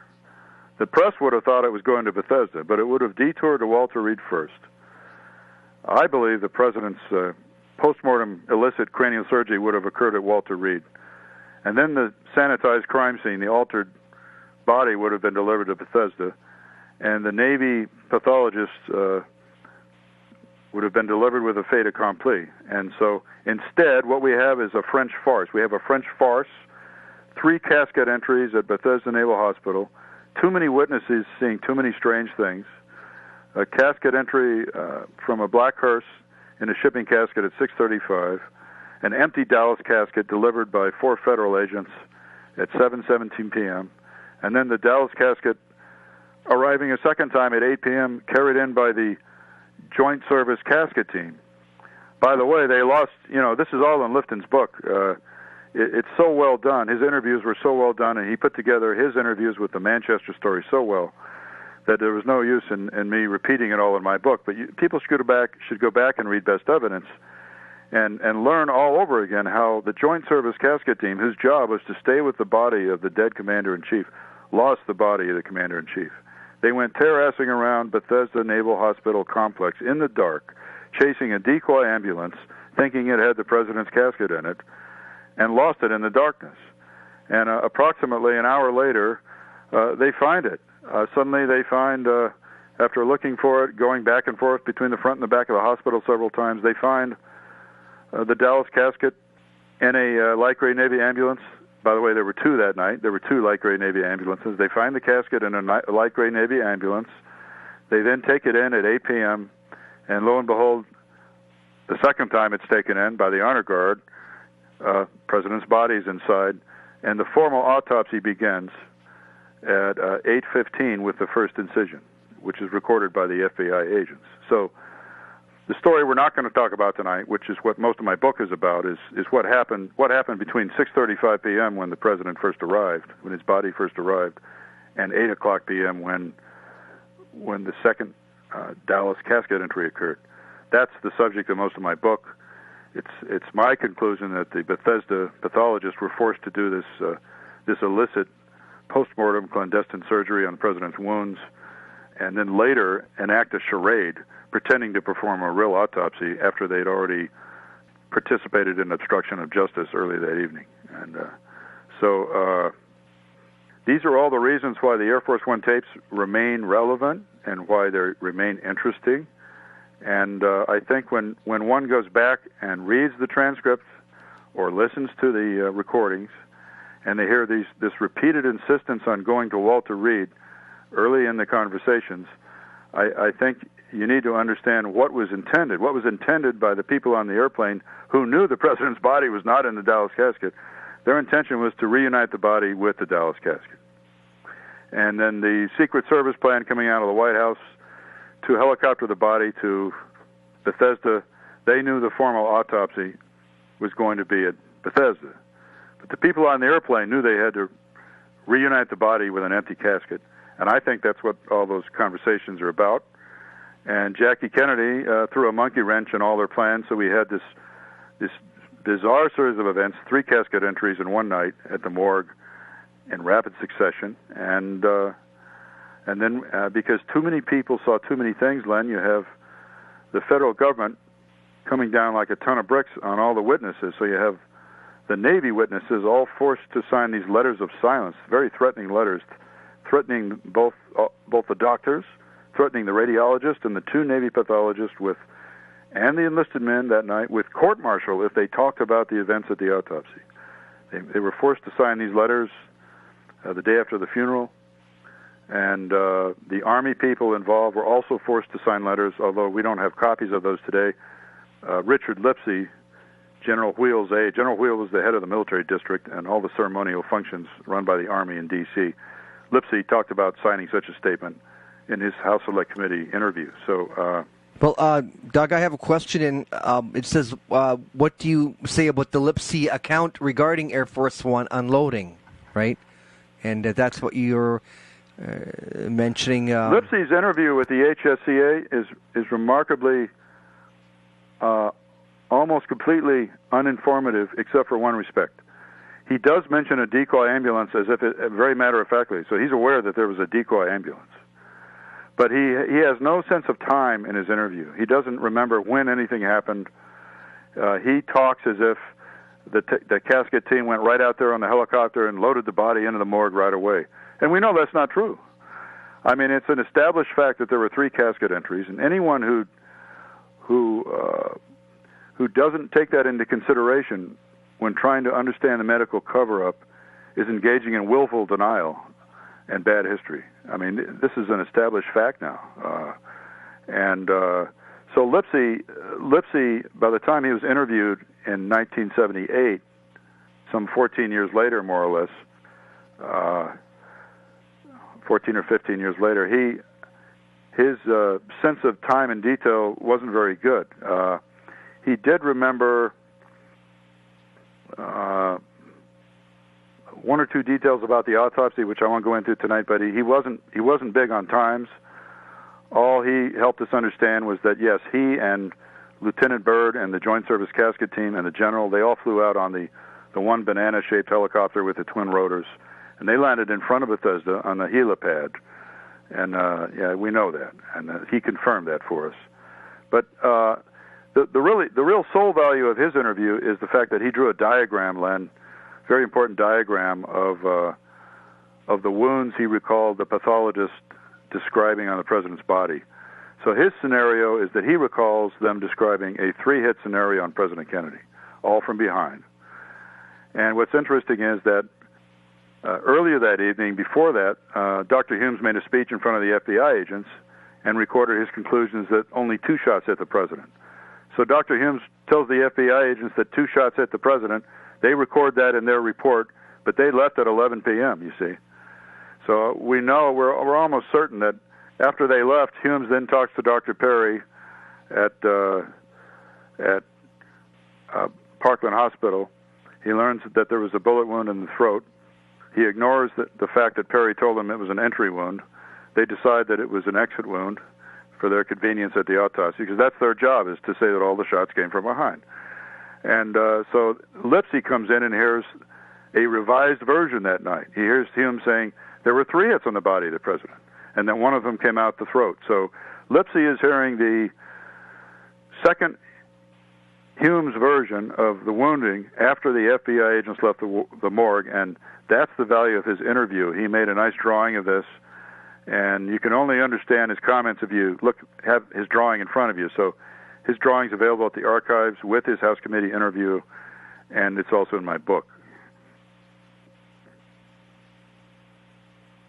Okay, right. Well, I know it's been a long night of Doug Horne talking a lot, but I hope I've rekindled the interest of some people in the Air Force One tapes and on the context of what are these people talking about and why, and what was probably intended that night versus what happened.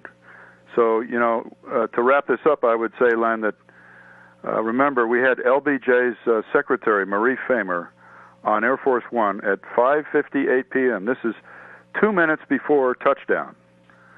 2 minutes before touchdown, before the wheels hit the pavement, and 6 minutes before the airplane's on the blocks, writing down in her log, body to Walter Reed.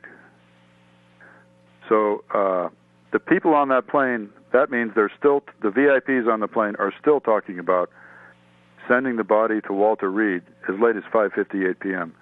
And, David Lifton has figured it out, and I concur with him. It was to reunite the body, which was not in the Dallas casket anymore, reunite it with the casket before it's taken to Bethesda. And it's Jackie Kennedy's decision that, hey, we'll go in that light gray car that threw a monkey wrench in their works. And it's the three casket entries at Bethesda, especially the early one before the Andrews motorcade arrives, that prove that the chain of custody on the president's body was broken and that there was a covert operation afoot. So in a nutshell, that's why all this is important. Yeah, right. And I've run out of gas. Well, I've certainly given you opportunity to discuss this, and I think anyone listening has heard quite a bit. The thing is, where do you think any remaining minutes will be found? Oh, of the recordings? Yeah. Well, the review board, I'm not optimistic at all. The review board could not gin up any interest in the Air Force or the White House Communications Agency in doing a proper search. They basically said, we don't keep anything longer than 10 years, and they acted like it was a big joke. I mean, they really didn't take it seriously. Now, the recordings were made at the Fishbowl station in Cedar Rapids, Iowa, and by the station, the comm station known as Liberty, on the tapes. Presumably, they would immediately become White House Communications Agency property. Len, if they weren't destroyed, they may be in somebody's safe somewhere today. White House Communications Agency is the most likely candidate. Somewhere at Suitland, but I doubt that because it would have been considered really sensitive. Possibly the NSA, although normally they wouldn't hold such a recording. You never know; they might hold something this sensitive. Because what Vincent Salandria and Theodore White and Mr. Manning and I and David Lifton and everybody else and Bill Kelly, what we all believe would be on the unedited tapes today, which should be at least 6 hours of conversation on three tracks, would be all this discussion about fingering the lone assassin way too early in the game. I mean, Oswald wasn't even charged with killing the president until close to midnight in Dallas. I think slightly before midnight. So to be fingering him as the lone assassin and have his whole bio that he lived in Russia and that he did it all on his own during the flight back to Washington, a flight which landed at 6:04 p.m., is absurd, and it's an indication that people were spreading a cover story way too soon, and so that would be very sensitive information that you would want to to hide from the public if you were one of the conspirators, one of the people in charge of the cover-up, particularly since McGeorge Bundy was almost certainly involved in it. I mean, the station Crown that everybody's talking to on Air Force One is the White House Situation Room. And Crown, the two voices on Crown all night long are Jerry Bain, head of the White House detail of Secret Service, and McGeorge Bundy. And so, we got the radio operator at Andrews talking about 2 full-time patches between Air Force One and Crown. And then I get the sense, personally, from listening to these tapes over and over, that we're only listening to one of those tracks. We're only listening to one, and that the one is the one. It's the autopsy and body chatter, and I don't think it's even all of that. I think it's part of it. And there's another whole track that seems to be missing, and that's probably the national security track with McGeorge Bundy and others telling the airplanes in flight that Oswald killed the president, which we know today can't be true. So that's why I believe there's still 3.5 hours missing from the Air Force One tapes. Whether we'll ever find it, I'm really skeptical. It would be wonderful if the estate of some other famous person, some other Air Force aide, some other military aide to the president, or some civilian official. It'd be wonderful if another tape showed up someday in someone's attic and was sold by his estate. That would be wonderful. It's a possibility. It might happen. But as far as the U.S. government today doing any active search for this, they essentially the government refused to do that in 1996 and 7, really failed to cooperate. And so if such tapes are found, my friend, they're going to come from private hands, from people that sequestered them in private, just like Chuck Holmes did with that logbook. So we'll just have to wait and stay tuned. Right. Now, what do they gain by, you said the government refused to cooperate, what do they gain by that? What do they gain? I think it's a matter of what is the risk if they do, I think I would reverse that by saying, why doesn't the government reopen the Kennedy case? Why doesn't the government admit there was a massive cover-up? Why doesn't the government admit the Warren Commission was selling a fairy tale, and that the House Committee on Assassination sold a revised version of the same fairy tale? I think the reason the government doesn't take action and hides behind a wall of silence today is because the whole subject is so radioactive that to get involved, there's nothing but risk. There would be nothing but risk, blame, and exposure involved. If any president of the United States, I'm not condoning this, by the way. I'm really frustrated and angry, and I'm also disappointed in that President Obama hasn't done anything about this. But I think if you put yourself in their shoes, in the shoes of politicians, senators, congressmen, and any chief executive, as soon as they say anything about the Kennedy assassination that would indicate that they don't agree with the official versions, it would raise a massive uproar, and people would then say, how can you say that? That's unpatriotic. Are you accusing this government of being involved in a coup? Are you accusing the government of covering up? And by the way, what are you going to do about it? So I think that everyone hides behind a wall of silence, quite frankly, out of cowardice, political cowardice. I've said before, the cover-up of this assassination was implemented in the 1960s by guilty men and by people who knew they were telling lies. They either knew they were telling lies to help the guilty men, or they knew they were telling lies because they thought they were preventing World War III because of the LBJ's World War III cover story. But from the mid-'70s on, the cover-up has been perpetuated by cowards. It was put in place by guilty men. It's being perpetuated today by cowards, and that's been true since 1978. And it's really tragic. People in this country don't need to be protected from the truth. I mean, we've had 3 assassinations in the 60s. Nobody believes the official stories on King, RFK, or JFK. We've had Vietnam, we've had Watergate, we've had Iran-Contra, and we had the lies about the weapons of mass destruction in Iraq in 2003. we don't need to be protected from the truth. We can handle the truth. If we can learn the truth, we can move forward with confidence and try to prevent those things from happening again from what we learned about how those lies were put in place. So it's just a shame that, Len, you're not going to find anybody in the U.S. government that ever wants to do anything with this case again. The review board itself was kind of a cop-out. It was our mission was to get records declassified and put them in the archives so the American people can decide what they mean for themselves. They did not want us to reinvestigate or come up with any conclusions. So we did not officially reinvestigate, and we did not write any conclusions in our report. We just wrote a report that explained how we located documents and how we got them declassified. But that was the final effort by the government. I'm pretty much convinced that you're ever going to see, and unless somebody can really exert some serious leverage on the government, I don't know how that would happen today.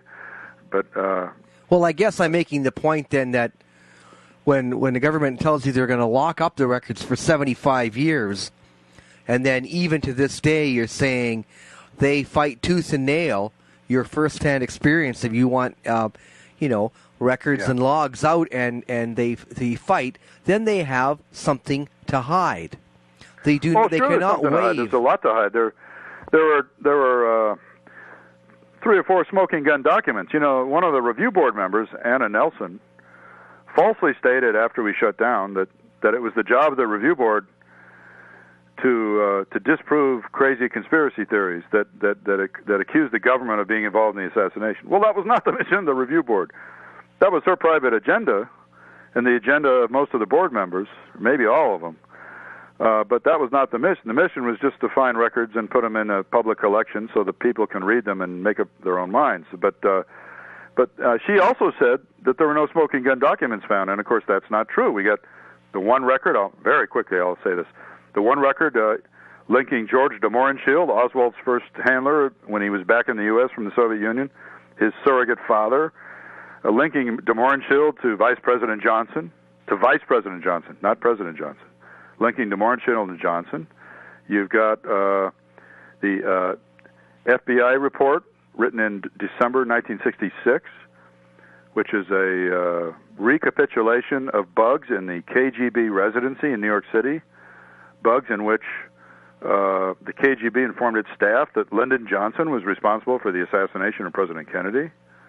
They informed their staff privately and in secret in 1965, in September, after they did their own investigation. Hoover sat on this information for 14 months, and then he sent it out to a lot of people, including President Johnson.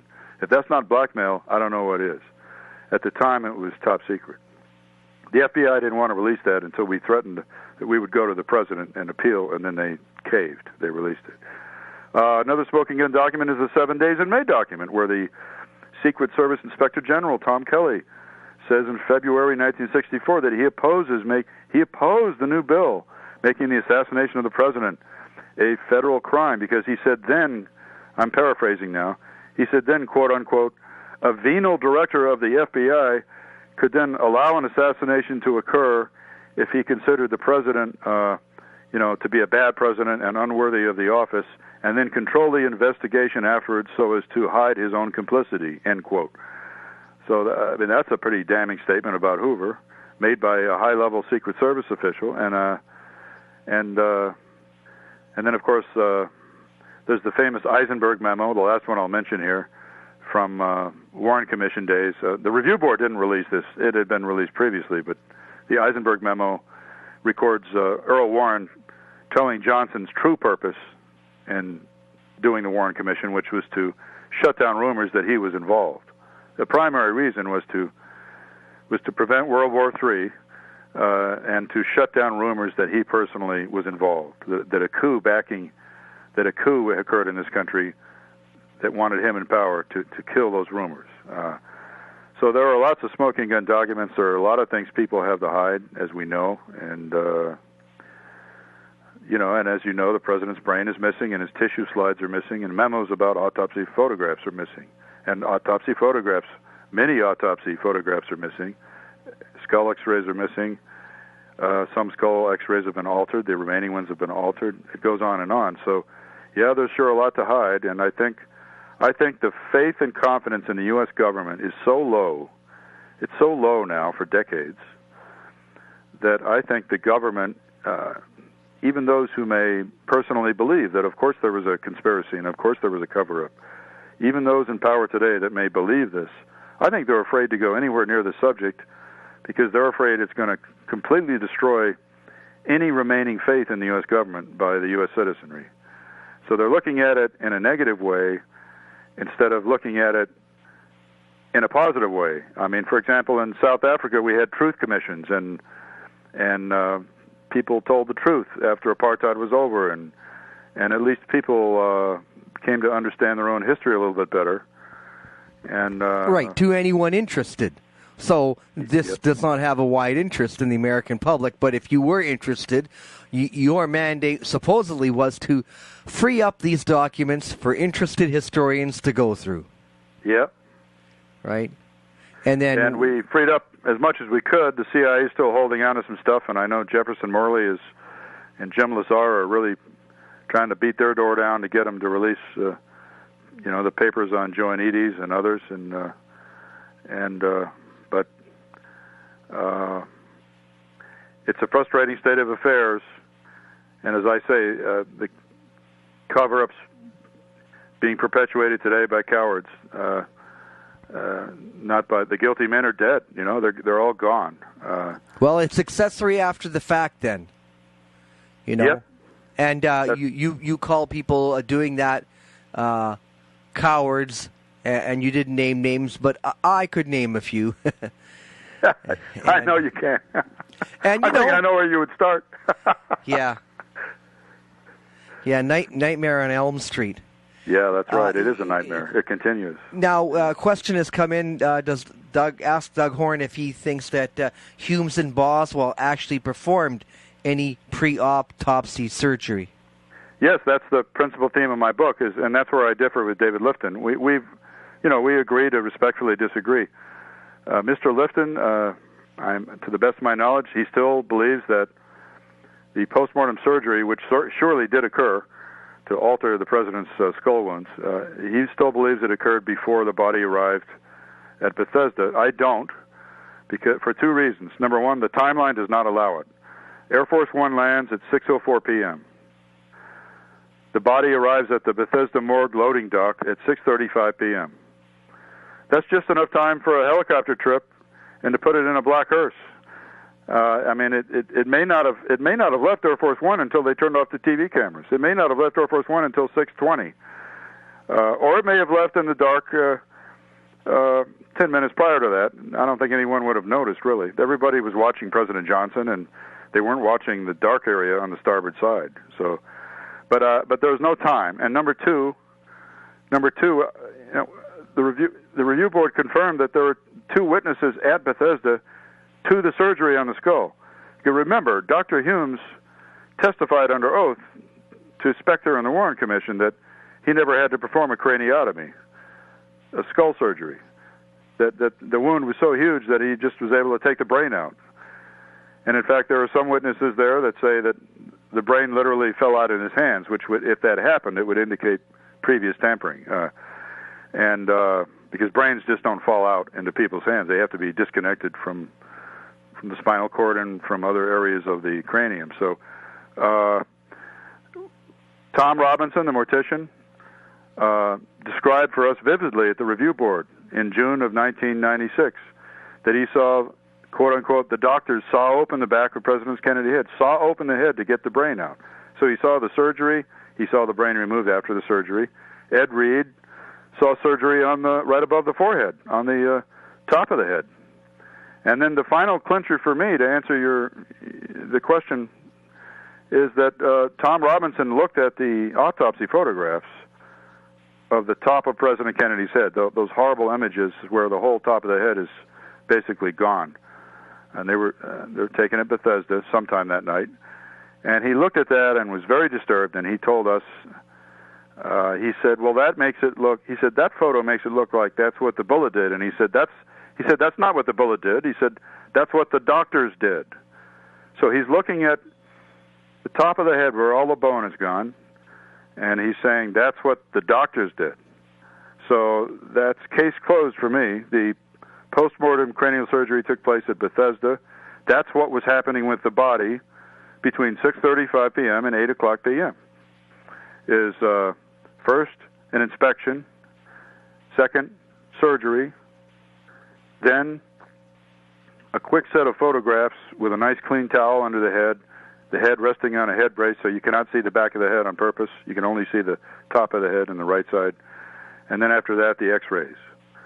The x-rays and those photos in the autopsy collection, my friend, they were taken after the postmortem surgery at Bethesda, immediately after. And then the body was put back in the Dallas casket. It was allowed to be found by the Joint Service Casket Team, re-entered the morgue at 8 o'clock. Those poor guys didn't know any better, and neither did the two FBI agents who had been sequestered and told they couldn't enter the morgue for a while. So they're brought in shortly after 8. They see the president's body removed from the Dallas casket. They don't think anything's wrong. So that's how I see it. It's a pretty ugly story, but there's a lot of evidence to support that scenario.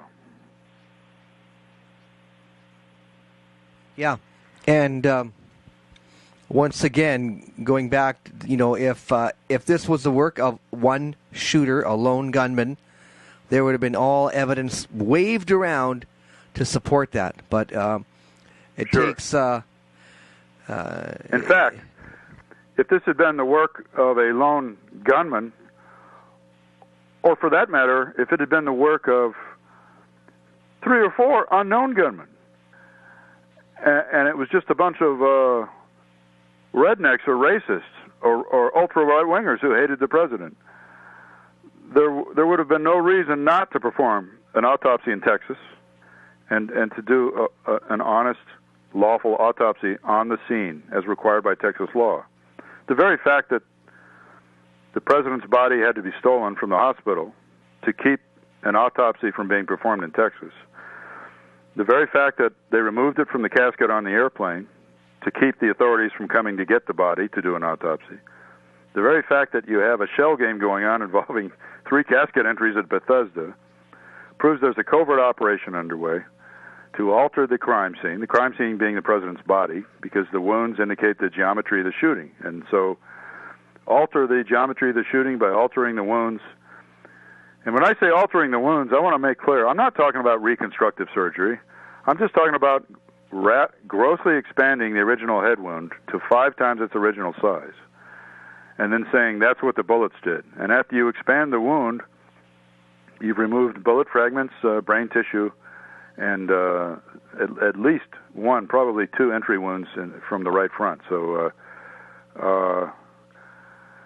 yes, if there was not a conspiracy afoot and there was not an official cover story that had to be supported by autopsy results, then why not do an autopsy in Texas?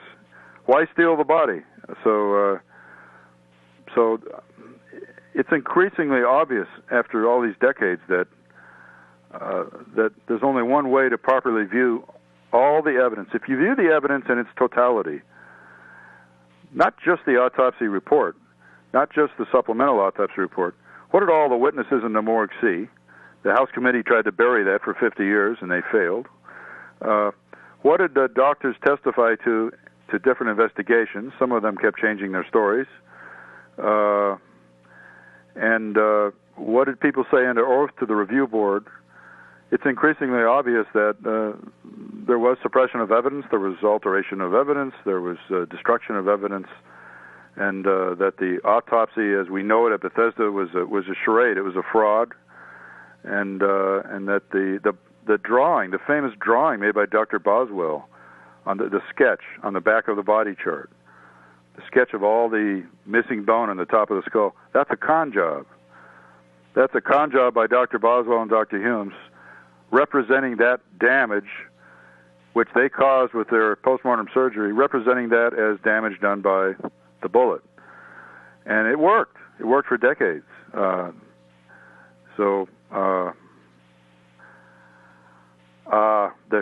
There should have been an autopsy in Texas by Dr. Rose, and if it had been an assassination by unknown parties and not a conspiracy, and if there was no cover-up afoot and no covert operation, they would have had an autopsy in Texas.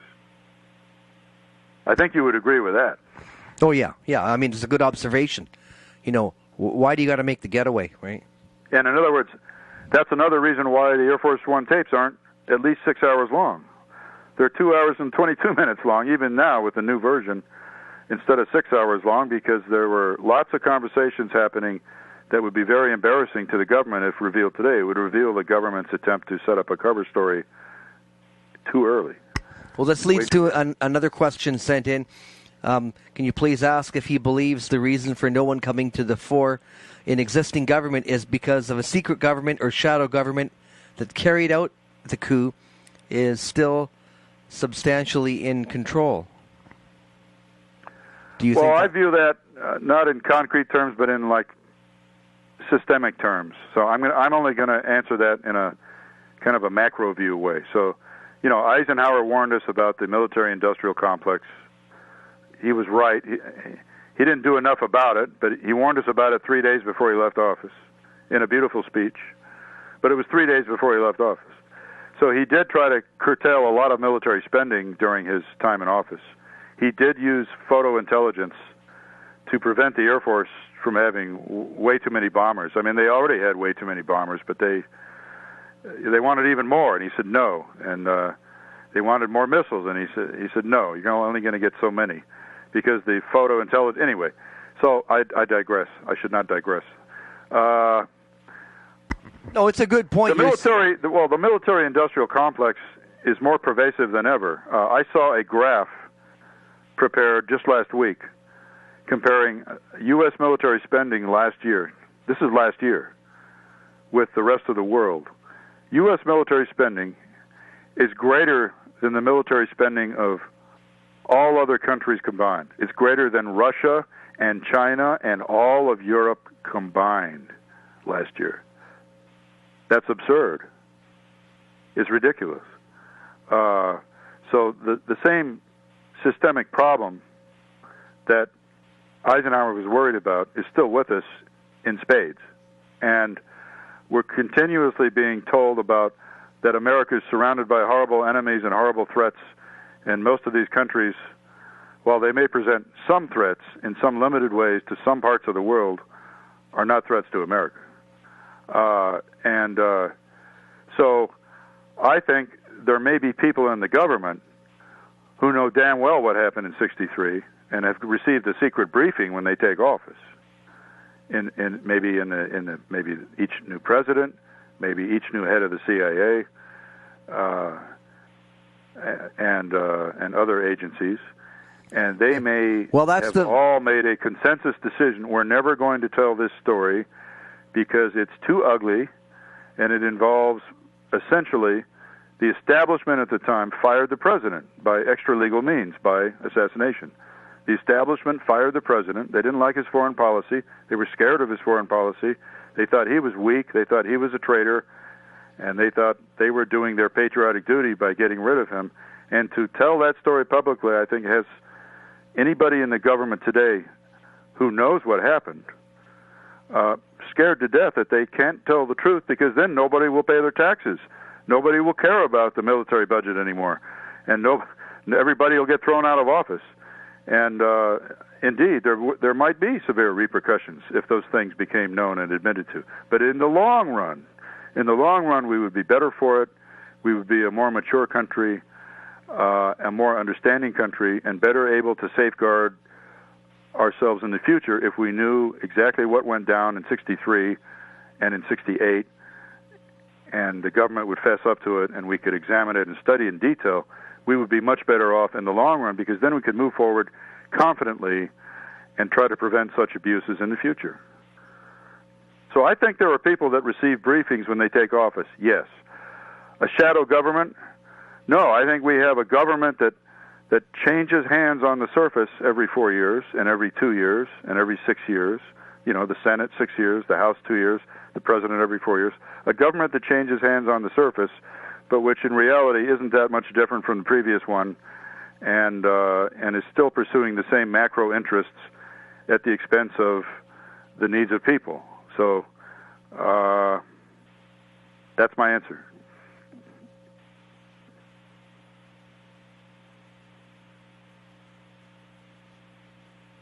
Hello. Yeah. No, I'm just trying to think how to sum up here, and wind it's up. hard to sum up a conversation like this because it is a bit depressing and it is a bit distressing, and you wonder, you hope for the equivalent of a Truth and Reconciliation Commission.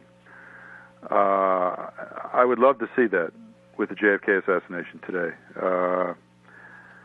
But I think there was military involvement in the coup in '63. I think there was certainly CIA covert action involvement, and probably private sector involvement. Certainly the funding, and some retired military people and big money funding the thing. And I think people are just terrified to confess that those institutions, that the CIA, and they're terrified to admit that our most trusted institution, the military, were involved in a coup in '63. They're terrified to admit it because they fear that the faith in government would drop from whatever it is now, 15% or 19%, to zero.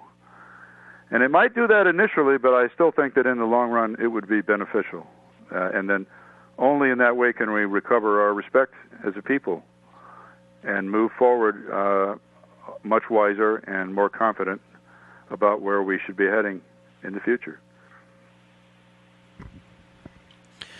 Right, and as you mentioned, even from the people on the board of the Assassination Records and Review Board, they were playing a game as well, saying that there was no smoking gun and there are no records, so everyone go back to sleep.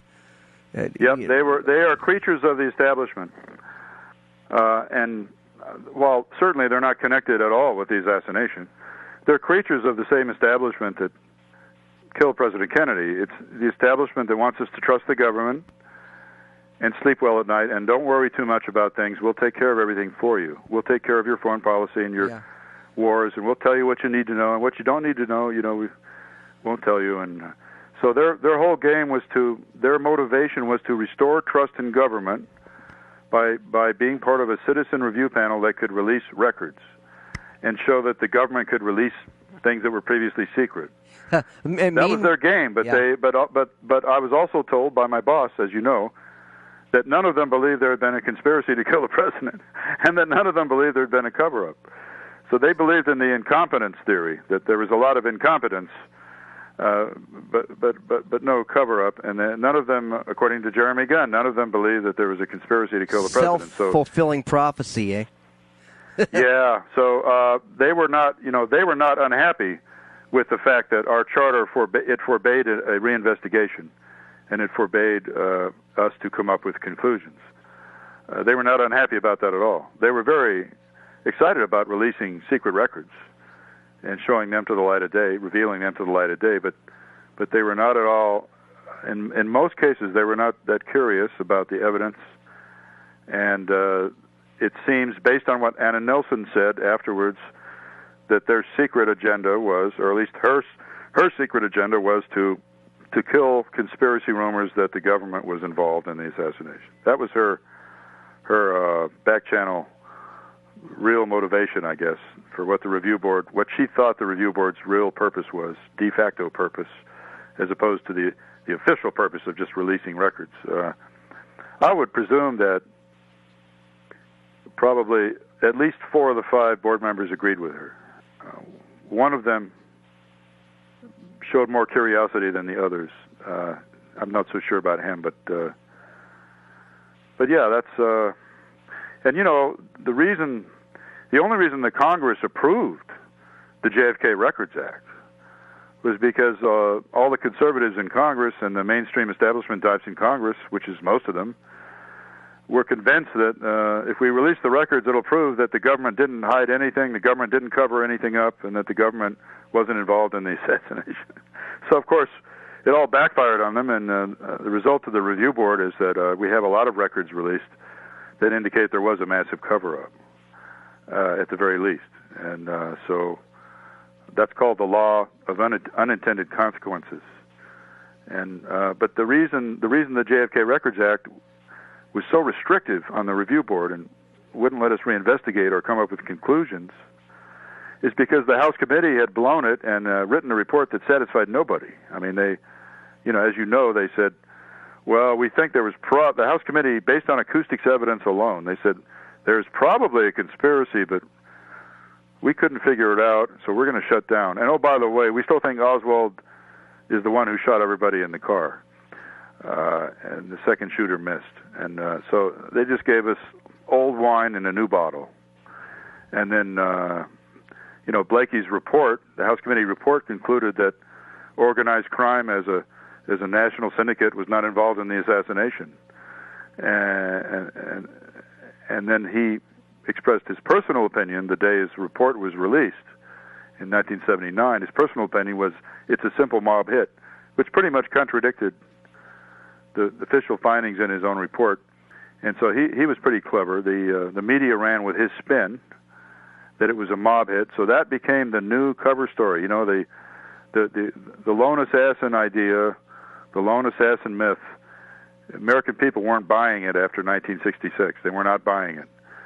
So it was replaced by a limited hangout in 79 when the House committee report came out. The limited hangout was well, there was probably a conspiracy, but Oswald still shot everybody, and then Blakey's personal spin that the mafia did it. It's that simple.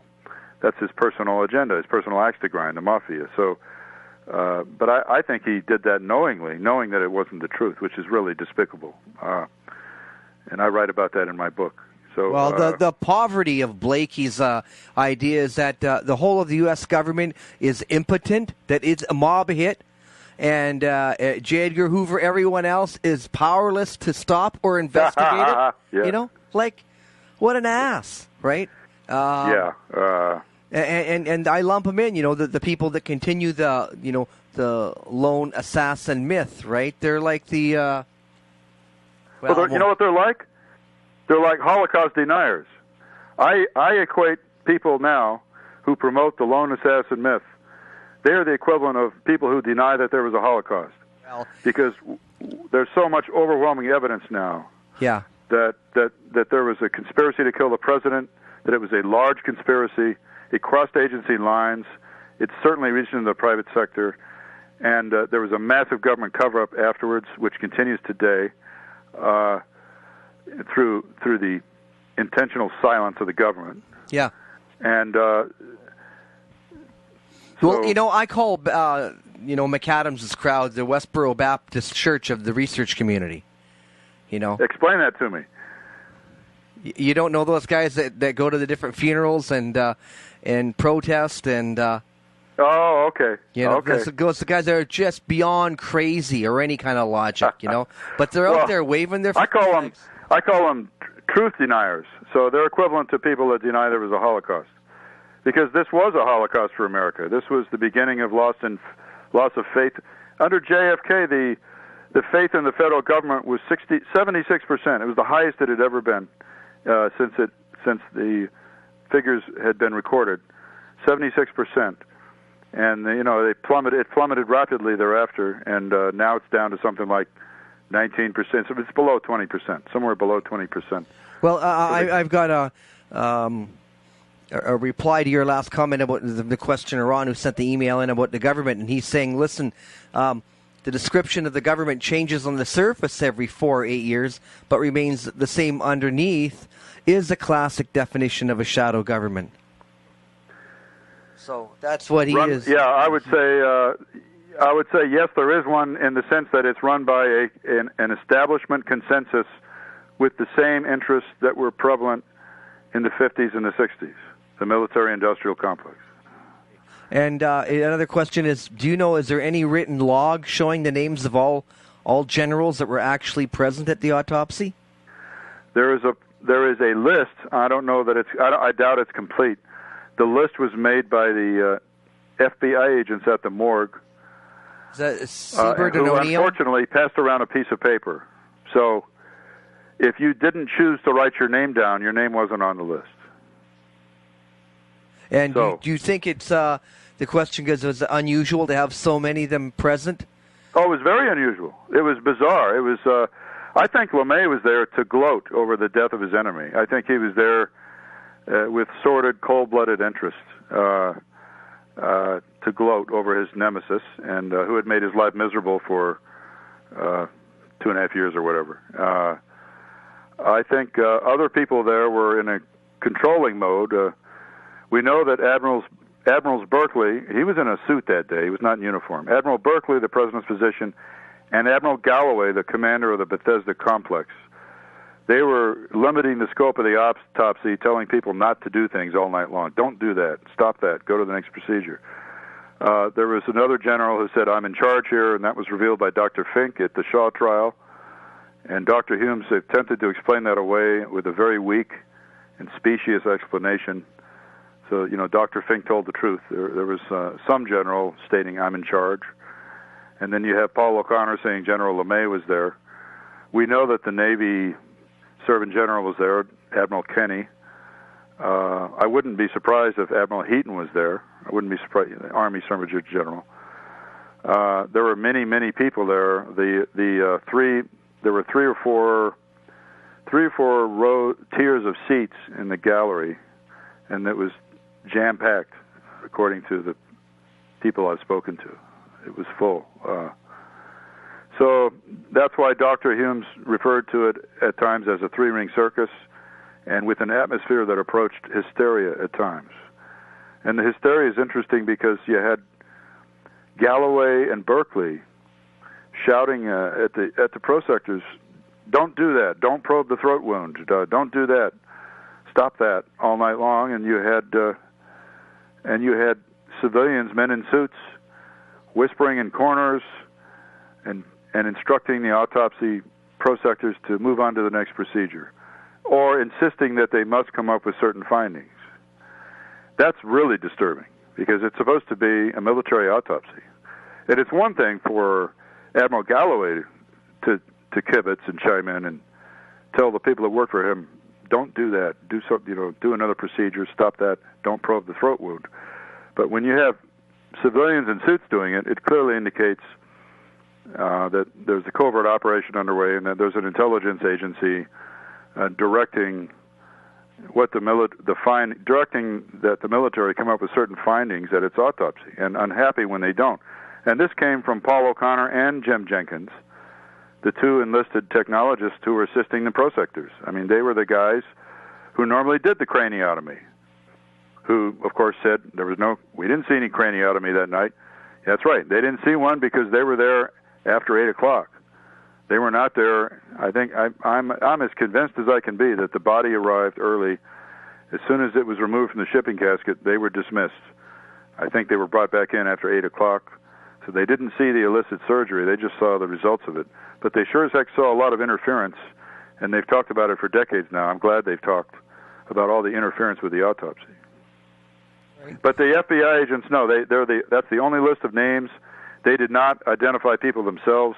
They just passed around a piece of paper. They told us that. So it's certainly not a complete list. And if General LeMay was there, that's the reason his name's not on the list. He didn't want to put his name on the list. And Greg writes in, Doug is observing something that Fletcher Prouty had often noted. If these things were revealed, the fear is it could bring down the government. I think that is the fear. Who was it that said every once in a while you might have to reinvent your whole government and start all over again? I think that was Thomas Jefferson. I'm paraphrasing, but I think that's essentially what he said. The Tree of Liberty? I think there's a great fear of that. There's a fear that kind of change would somehow cause chaos or cause the fragmentation of society. It might improve our society, One of the biggest weaknesses in 1963, and I agree with Lifton on this, is that the road to succession for the president was locked into stone by the Constitution as the vice president.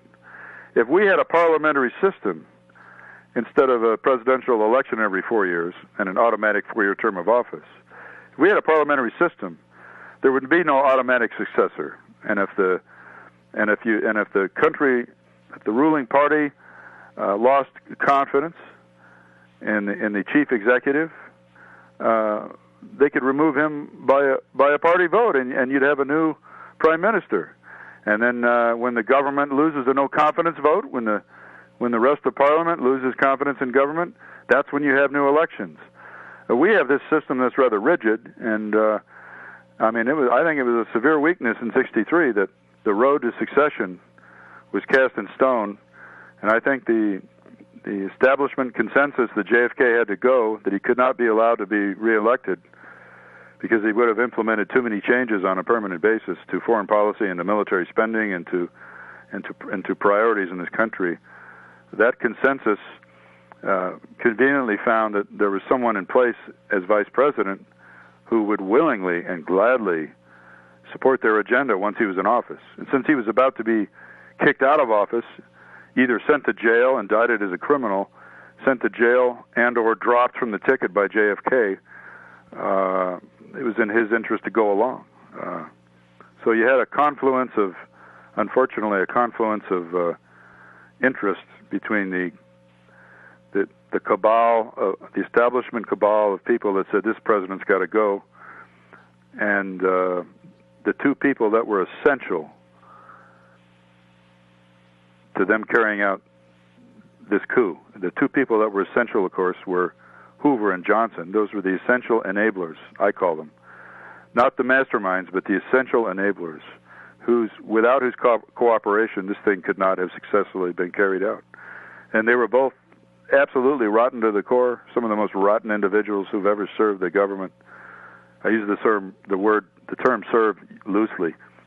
And, of course, everybody knows all about them now, a lot more than the public knew then. I think people are afraid the government would fall. But even if our Constitution was modified and rewritten, it wouldn't be the end of the world as long as the people agreed to it. It wouldn't be the end of the world. Change is not always bad. Sometimes it's a good thing. Did the Warren Commission ever have an official reason why there were so many people at the autopsy? Did anybody? No, they never even talked about it. In fact,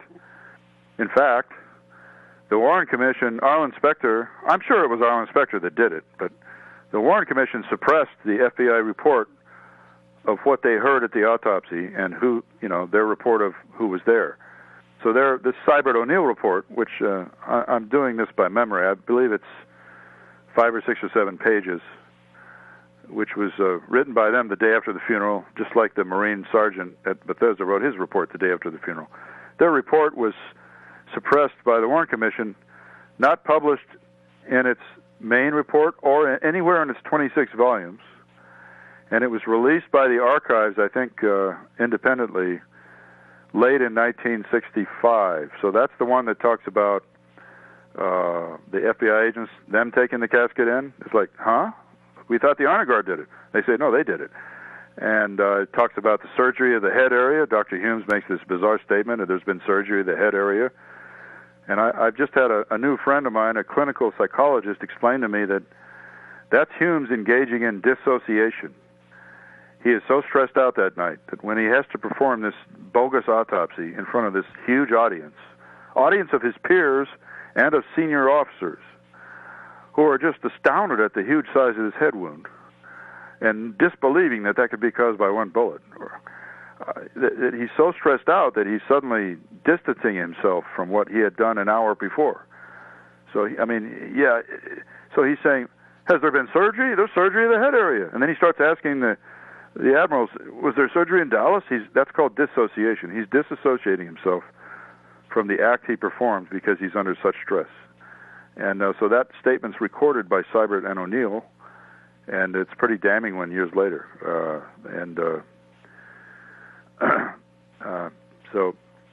So anyway, their report was suppressed. It was released, I believe, late in '65. Josiah Thompson published their report, and I think Epstein did too, in their books. And then Lifton became aware of it, and in '66 he discovered the surgery of the head area statement, and that started him on his long journey of discovery. and then he got together with Wesley Lieber, who was one of the Warren Commission attorneys, and they had these arguments in front of seminar classes about the evidence. But so the Warren Commission buried that evidence of who was present and of what the FBI agents heard the doctors say. And of course, what they heard the doctors say that night was different from what was in the autopsy report, because they heard the doctors say the back wound that bullet did not transit the body, did not exit the body, and had fallen out at Parkland Hospital during chest massage. And of course, the autopsy report conflicts with that, and it says that bullet went through the neck, quote unquote, came out the front of the throat, and that's completely different from what the FBI agents heard that night. And so the FBI agents still stand by their report. Well, Frank O'Neill died, but Seibert is still alive. They stand by their report when last deposed by us. And the FBI still stands by its report, which parroted what they said. So you've got an FBI report in the record from 63 and 4, which parrots what their agents heard, which is in disagreement with the autopsy report. And you've got a Warren Commission finding in disagreement with a House Committee finding. No conspiracy versus probable conspiracy. So you've got a real mess here. And you've got possibly as many as 18 missing views of the autopsy photos. I mean, usually there were 3 or 4 photos taken of each view, usually 2 color and 2 black and white. There's as many as possibly 17 or 18 views missing if you analyze all the testimony.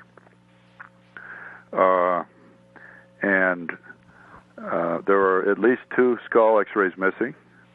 And the skull x-rays, as I've said, that remain, the other 3 are altered. They're forged composite copy films, as proven by Dr. Mantic and his optical densitometry. So yeah, there's a lot of problems, and the Warren Commission decided, of course, not to use the autopsy photos or x-rays as evidence. They claimed their excuse, was that it would upset the Kennedy family, which is nonsense. I mean, that's federal property. It's the American people's right to know their own history. It was the American people's president, too. And, of course, by not using the photos and x-rays, they very cleverly avoided having the Dallas doctors object to anything. So because the Dallas doctors never saw the so-called autopsy photos, which were really photos of the surgery that had been performed on the president's head, of a greatly expanded head wound, they were never able to object and say, that's not what we saw. That's not what we saw at Parkland Hospital. They never saw the photographs. The House Committee would not show the Dallas doctors the photographs. And when the review board tried to, the National Archives refused to let us take the photographs to Dallas. And the person who told them not to do that was Burke Marshall, the Kennedy family attorney.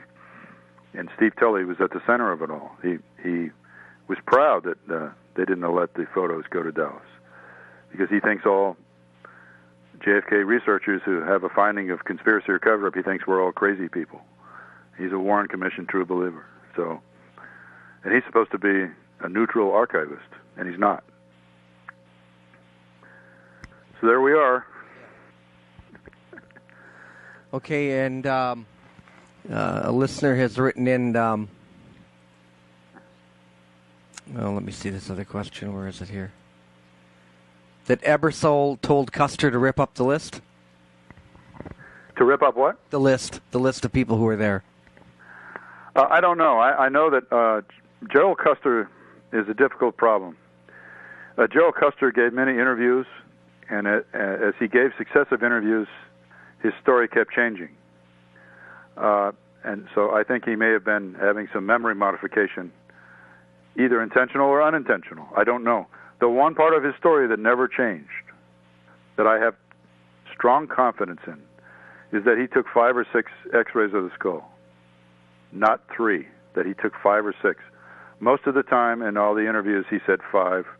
I think one time he might have said 6. So there are stories he told in successive interviews in later years about Ebersol doing this and that with him on the next day, asking him to x-ray bullet fragments next to pieces of bone. I don't know what to think about those. I still have not made a decision on whether to believe those or not. I don't know. But the one thing that's consistent is the number of skull x-rays he took, which was at least 5. And so that means there are at least 2 missing today. And so Custer's a difficult witness for that reason. Reed is difficult too. Ed Reed, when first interviewed by the House Select Committee, said the head wound was occipital. I mean, he's describing the big blowout in Dallas, which we know is expanded by illicit surgery. But we also know that Boswell told us in his deposition. This is very important. Boswell told the review board during his deposition that yes, there was a lot of bone missing at the top of the skull, but when you close the scalp flaps, the flaps of scalp, you couldn't tell the bone was missing, and it looked intact. So if that's the case, and if that's the way Reed first saw the body, and if that's the way the FBI agents first saw the body, that's how they can describe the wound as occipital. And that's how the FBI agents can draw pictures, which they drew for the House Committee, of a hole in the back of the head. Because if that's what they first saw when the head was unwrapped again at 2 minutes after 8, after the joint casket team brings in the Dallas casket, if that's what they see is the scalp flaps, yeah, the bone's all been removed by the illicit surgery, but the scalp's been closed. So if that's what they see, the scalp is closed, they're still going to see basically the original exit wound, which is devoid of both scalp and skull. And then later, as the doctors, peel back the scalp, which, Boswell tried to call it a huge laceration, but I think it's a surgical incision from the back to the front.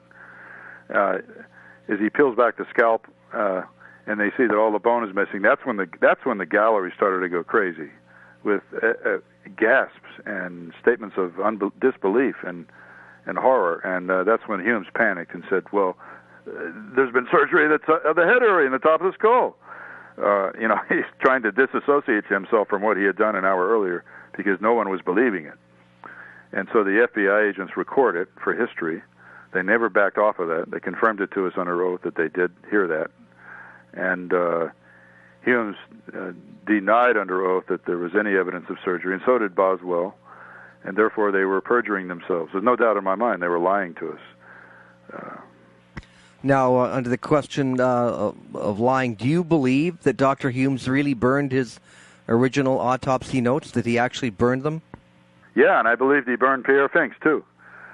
Fink took notes at the autopsy. He arrived late. He arrived at 8:30 after the brain was removed and the heart and lungs were removed, but he arrived at 8:30. He took a lot of notes. He complained bitterly in the lunchroom the following week at the AFIP over at Walter Reed. He complained that his notes disappeared the night of the autopsy at Bethesda. His notes disappeared. He was extremely upset about it, had to go home and rewrite all of his basic notes from memory, which he did because he was a compulsive note-taker and a compulsive diary keeper. The person that overheard that lunchroom conversation provided us with an affidavit, Leonard Saslaw, and so that's in the record, and we confronted Fink with that affidavit. He claimed not to remember that conversation, and at first he tried to say I didn't take notes, but then he had to admit it later, yeah, I did take notes. So I think Humes burned not only his own notes, but Dr. Fink's, and he also burned a first draft of the autopsy report. He admitted that to us. There's something he never told. This is fascinating that you would bring that up, because it reminds me. Humes never told Specter under oath, never told the Warren Commission, that there was a first draft of the autopsy report that he and Boswell reviewed on Saturday, November 23rd, at Bethesda. They did not invite Fink to that event. They reviewed it. We know Dr. Canada reviewed it. He was the commanding officer of the hospital itself, of the treatment hospital. Captain Stover was the commanding officer of the medical teaching part of the hospital. Galloway was the commander of the whole facility. So Canada, the head of the treatment hospital, reviewed their report. And then Humes went home and he told the House committee later he struggled with it for several hours and rewrote it. And, he said he struggled with the subject. And finally Saturday night he wrote an autopsy report, and then Sunday he admitted to the review board, because he had given conflicting testimony. He told, I'm going to back up on something. Humes did tell Island Specter, I made a mistake. Humes did tell Island Specter under oath that he burned the first draft of the autopsy report. He did tell Spector that. He then told the House committee years later that he burned notes, and he said notes. And so the goal of the review board was to find out, did you burn the first draft, or did you burn notes, or both? And Jeremy Gunn handled that very nicely and got him into a corner and got him to admit under oath and repeated it 2 or 3 times. He burned both his first draft and his notes. And so the first draft that he reviewed with Boswell on Saturday, which Boswell, by the way, said was typed, I think it had the Richard Lipsey version in it of 3 shots at the president. And the version in the archives today says 2 shots at the president, and 1 went through the neck and came out the front. The Lipsey version was 3 shots at the president. One went in the back and never exited the body. 1 went in the neck and came out the throat. 1 hit the head. So there were drastic changes made to that Saturday draft between that and what we have in the archives today. And so that you asking me about Humes' notes just reminded me of that. So even though the review board wasn't officially reinvestigating, I'm proud that we did an unofficial, under-the-radar reinvestigation of the medical evidence, Jeremy Gunn and I, just 2 people. And although we didn't write up our conclusions, we weren't allowed, I did in my book. And that's why people should go to Amazon.com and put in the keywords Horne, JFK, and buy Inside the Assassination Records Review Board. Because otherwise, if you just go to the JFK Records collection and you start pulling out deposition transcripts at random, we took 10 transcripts of autopsy witnesses. If you just start pulling them out at random, or some of the House committee interviews, and you think you're going to understand the medical evidence just by studying 3 or 4 items, you're not going to. You have to read the autopsy report from 63, the supplemental autopsy report from 63, the testimony of Humes and Boswell and Fink, testimony of the Dallas doctors, their treatment reports, then study all the House committee evidence, all their interview reports, and some of their depositions, which they tried to bury for 50 years, but they failed because of Oliver Stone. And then study the review board depositions and interviews. And then you have to assess whose story changed and whose story was different from someone else's story who was at the same event, and what does it mean. So that's what I tried to do in my book, and that's why it took so long to write it, and that's why it's 5 volumes. But if it wasn't for this book, as imperfect as it is, no book is perfect, but if it wasn't for this effort of mine, a lot of the discoveries made by Jeremy Gunn and I would not be known right now. People would not know about them. They wouldn't understand them.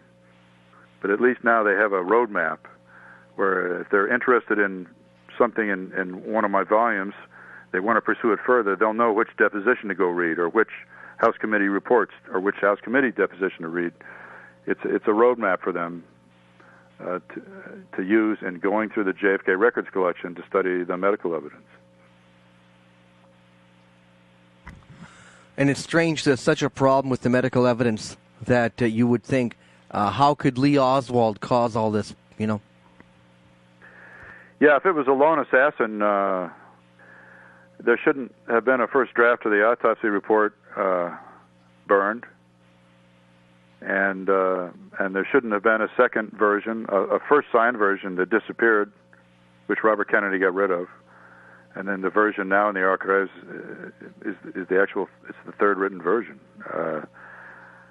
There shouldn't be missing photographs. There shouldn't be missing skull X-rays. There shouldn't be altered skull X-rays. There shouldn't be 3 casket entries. All of this stuff. If there was just a lone assassin and it was a simple murder, none of this should be the case. And you shouldn't have the CIA still refusing to release documents about Mr. Joannides and Morales, David Sanchez Morales. You shouldn't have them refusing to release documents on those people. Unless, as we conclude and make the observation, they have something to hide. Yeah, that's an understatement. Yeah, right. And so the fact that they do, the fact that Joannides is on the House Select Committee on Assassinations as the go-between, I mean, I don't know, which is the bigger fox, him or Alan Dulles being on the Warren Commission? Yeah, they're similar stories, aren't they? They both infiltrated professional proceeding and steered it and guided it.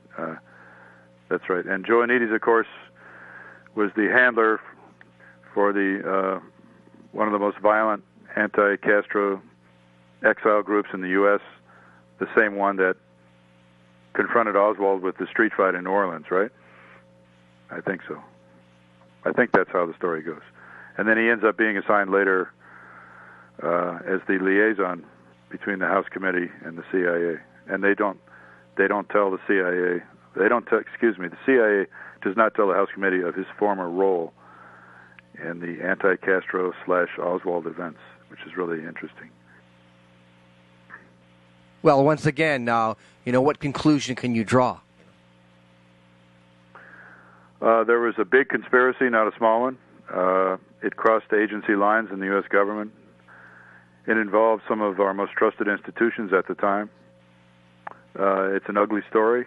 There's a massive government cover-up implemented immediately. In fact, too soon. For the Air Force One tapes that we don't have today, implemented too soon with the cover story.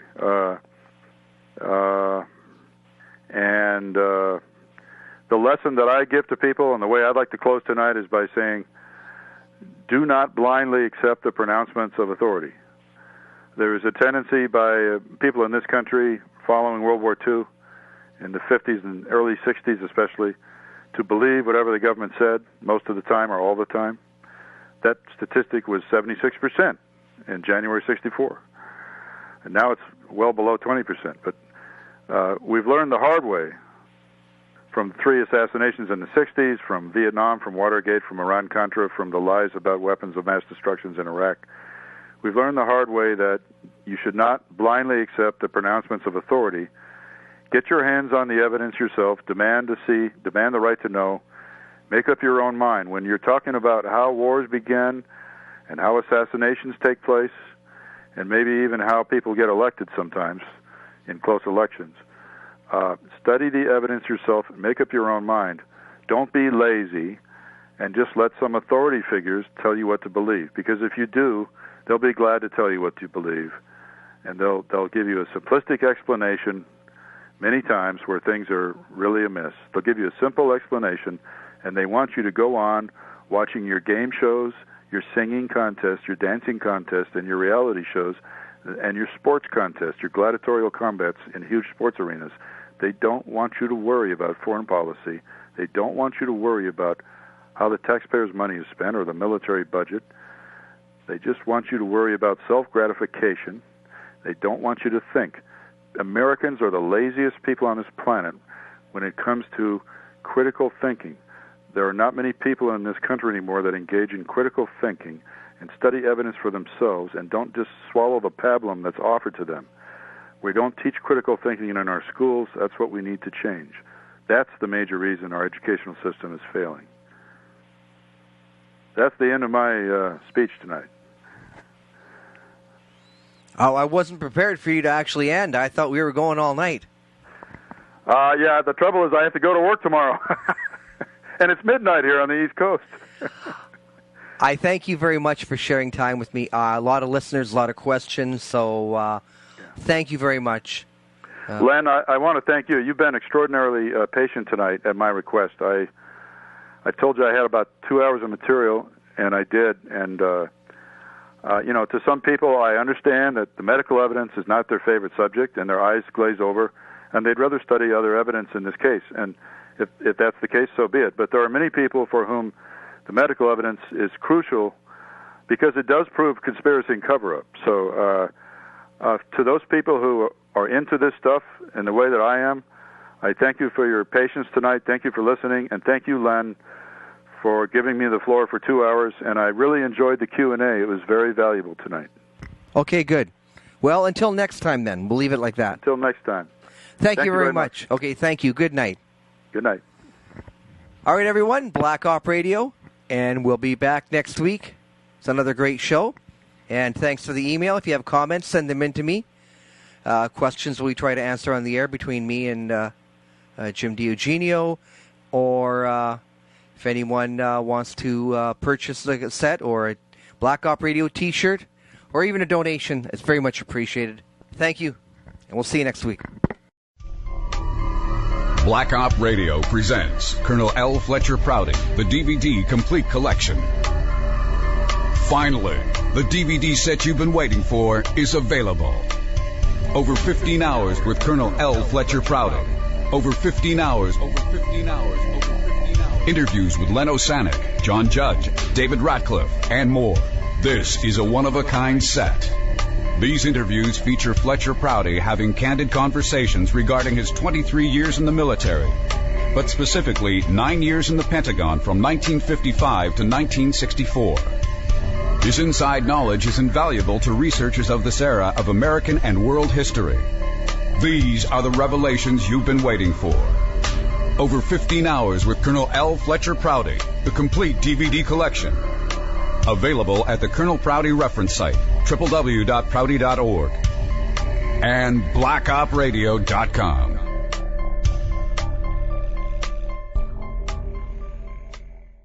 We can now say, with moral certainty and considerable scientific authority, that the death of JFK was committed by a meticulously executed conspiracy which was obscured by an extensive cover-up.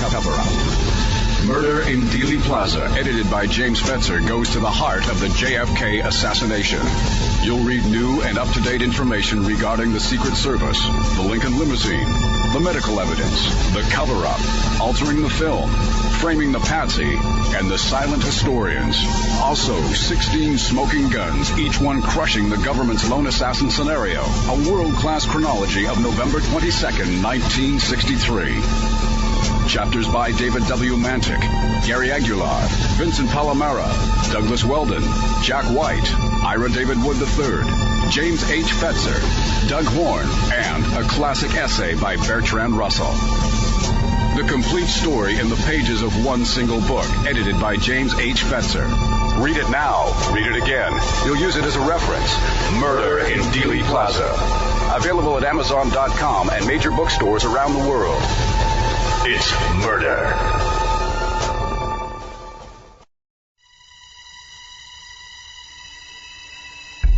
It's a political rally.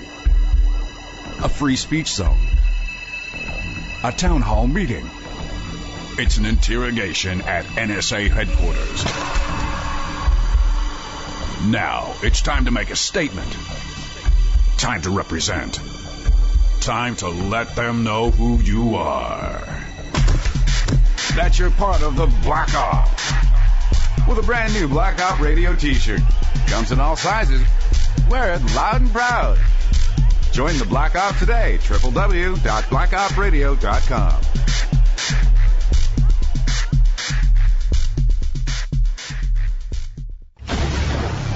Even Bush admits that Saddam Hussein had nothing to do with 9/11. Our own FBI acknowledged it has no hard evidence that ties Osama bin Laden to 9/11. But if Saddam had nothing to do with 9/11, and if Osama had nothing to do with 9/11, then who did it? Who did it? The 9/11 conspiracy provides the answer. Discover the big picture. Learn what we know now. Find out what it means. 11 experts contribute to exposing the truth as the anatomy of an atrocity.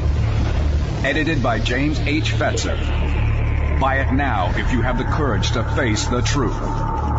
Just don't think you're going to like it.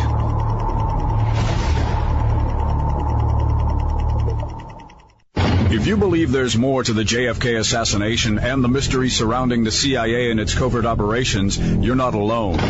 Meet the man Oliver Stone called X in the epic motion picture JFK. Colonel L. Fletcher Prouty comes forward with never-before-seen or heard documentation and information about JFK, the Vietnam War, the CIA, and more on a brand-new CD-ROM. The collected works of Colonel L. Fletcher Prouty is an incredible offer not to be missed. For a limited time only, find the answers surrounding these issues and more with the collected works of Colonel L. Fletcher Prouty. Or visit the Colonel Prouty reference site on the World Wide Web, the collected works of Colonel L. Fletcher Prouty.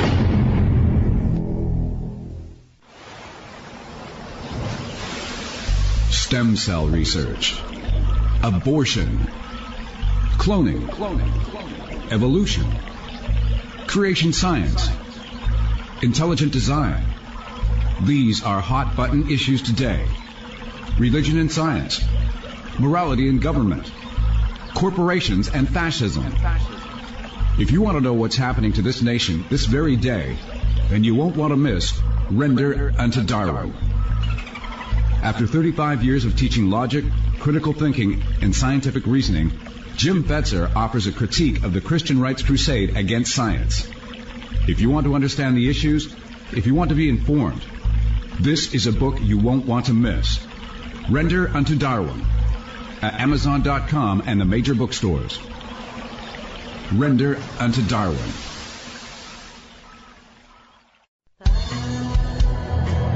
Interviews with Colonel L. Fletcher Prouty. Secrets of the U-2 flight. We are pleased to announce Volume 1 of Interviews with Colonel L. Fletcher Prouty on DVD. This first 1-hour DVD goes through the 1960 U-2 incident with Gary Powers. Colonel Fletcher Prouty reveals his inside knowledge of the incident, his office in the Pentagon, Operation Aquatone, Soviet overflights, and the similar Alan Pope incident. It is Prouty's position that the U-2 flight was sabotaged by the members of a secret team to stop the crusade for peace and embarrass President Eisenhower, thereby heating up the Cold War. And of course, Eisenhower warned everyone of the industrialized military complex that he had learned of firsthand in this incident. You will learn Gary Powers' U-2 never was shot down at 70,000 feet, as claimed in every single history book. 4 separate interviews on one DVD, a one-of-a-kind must-have for anyone interested in finding the truth behind the cover story.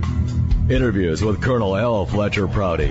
Secrets of the U-2 flight.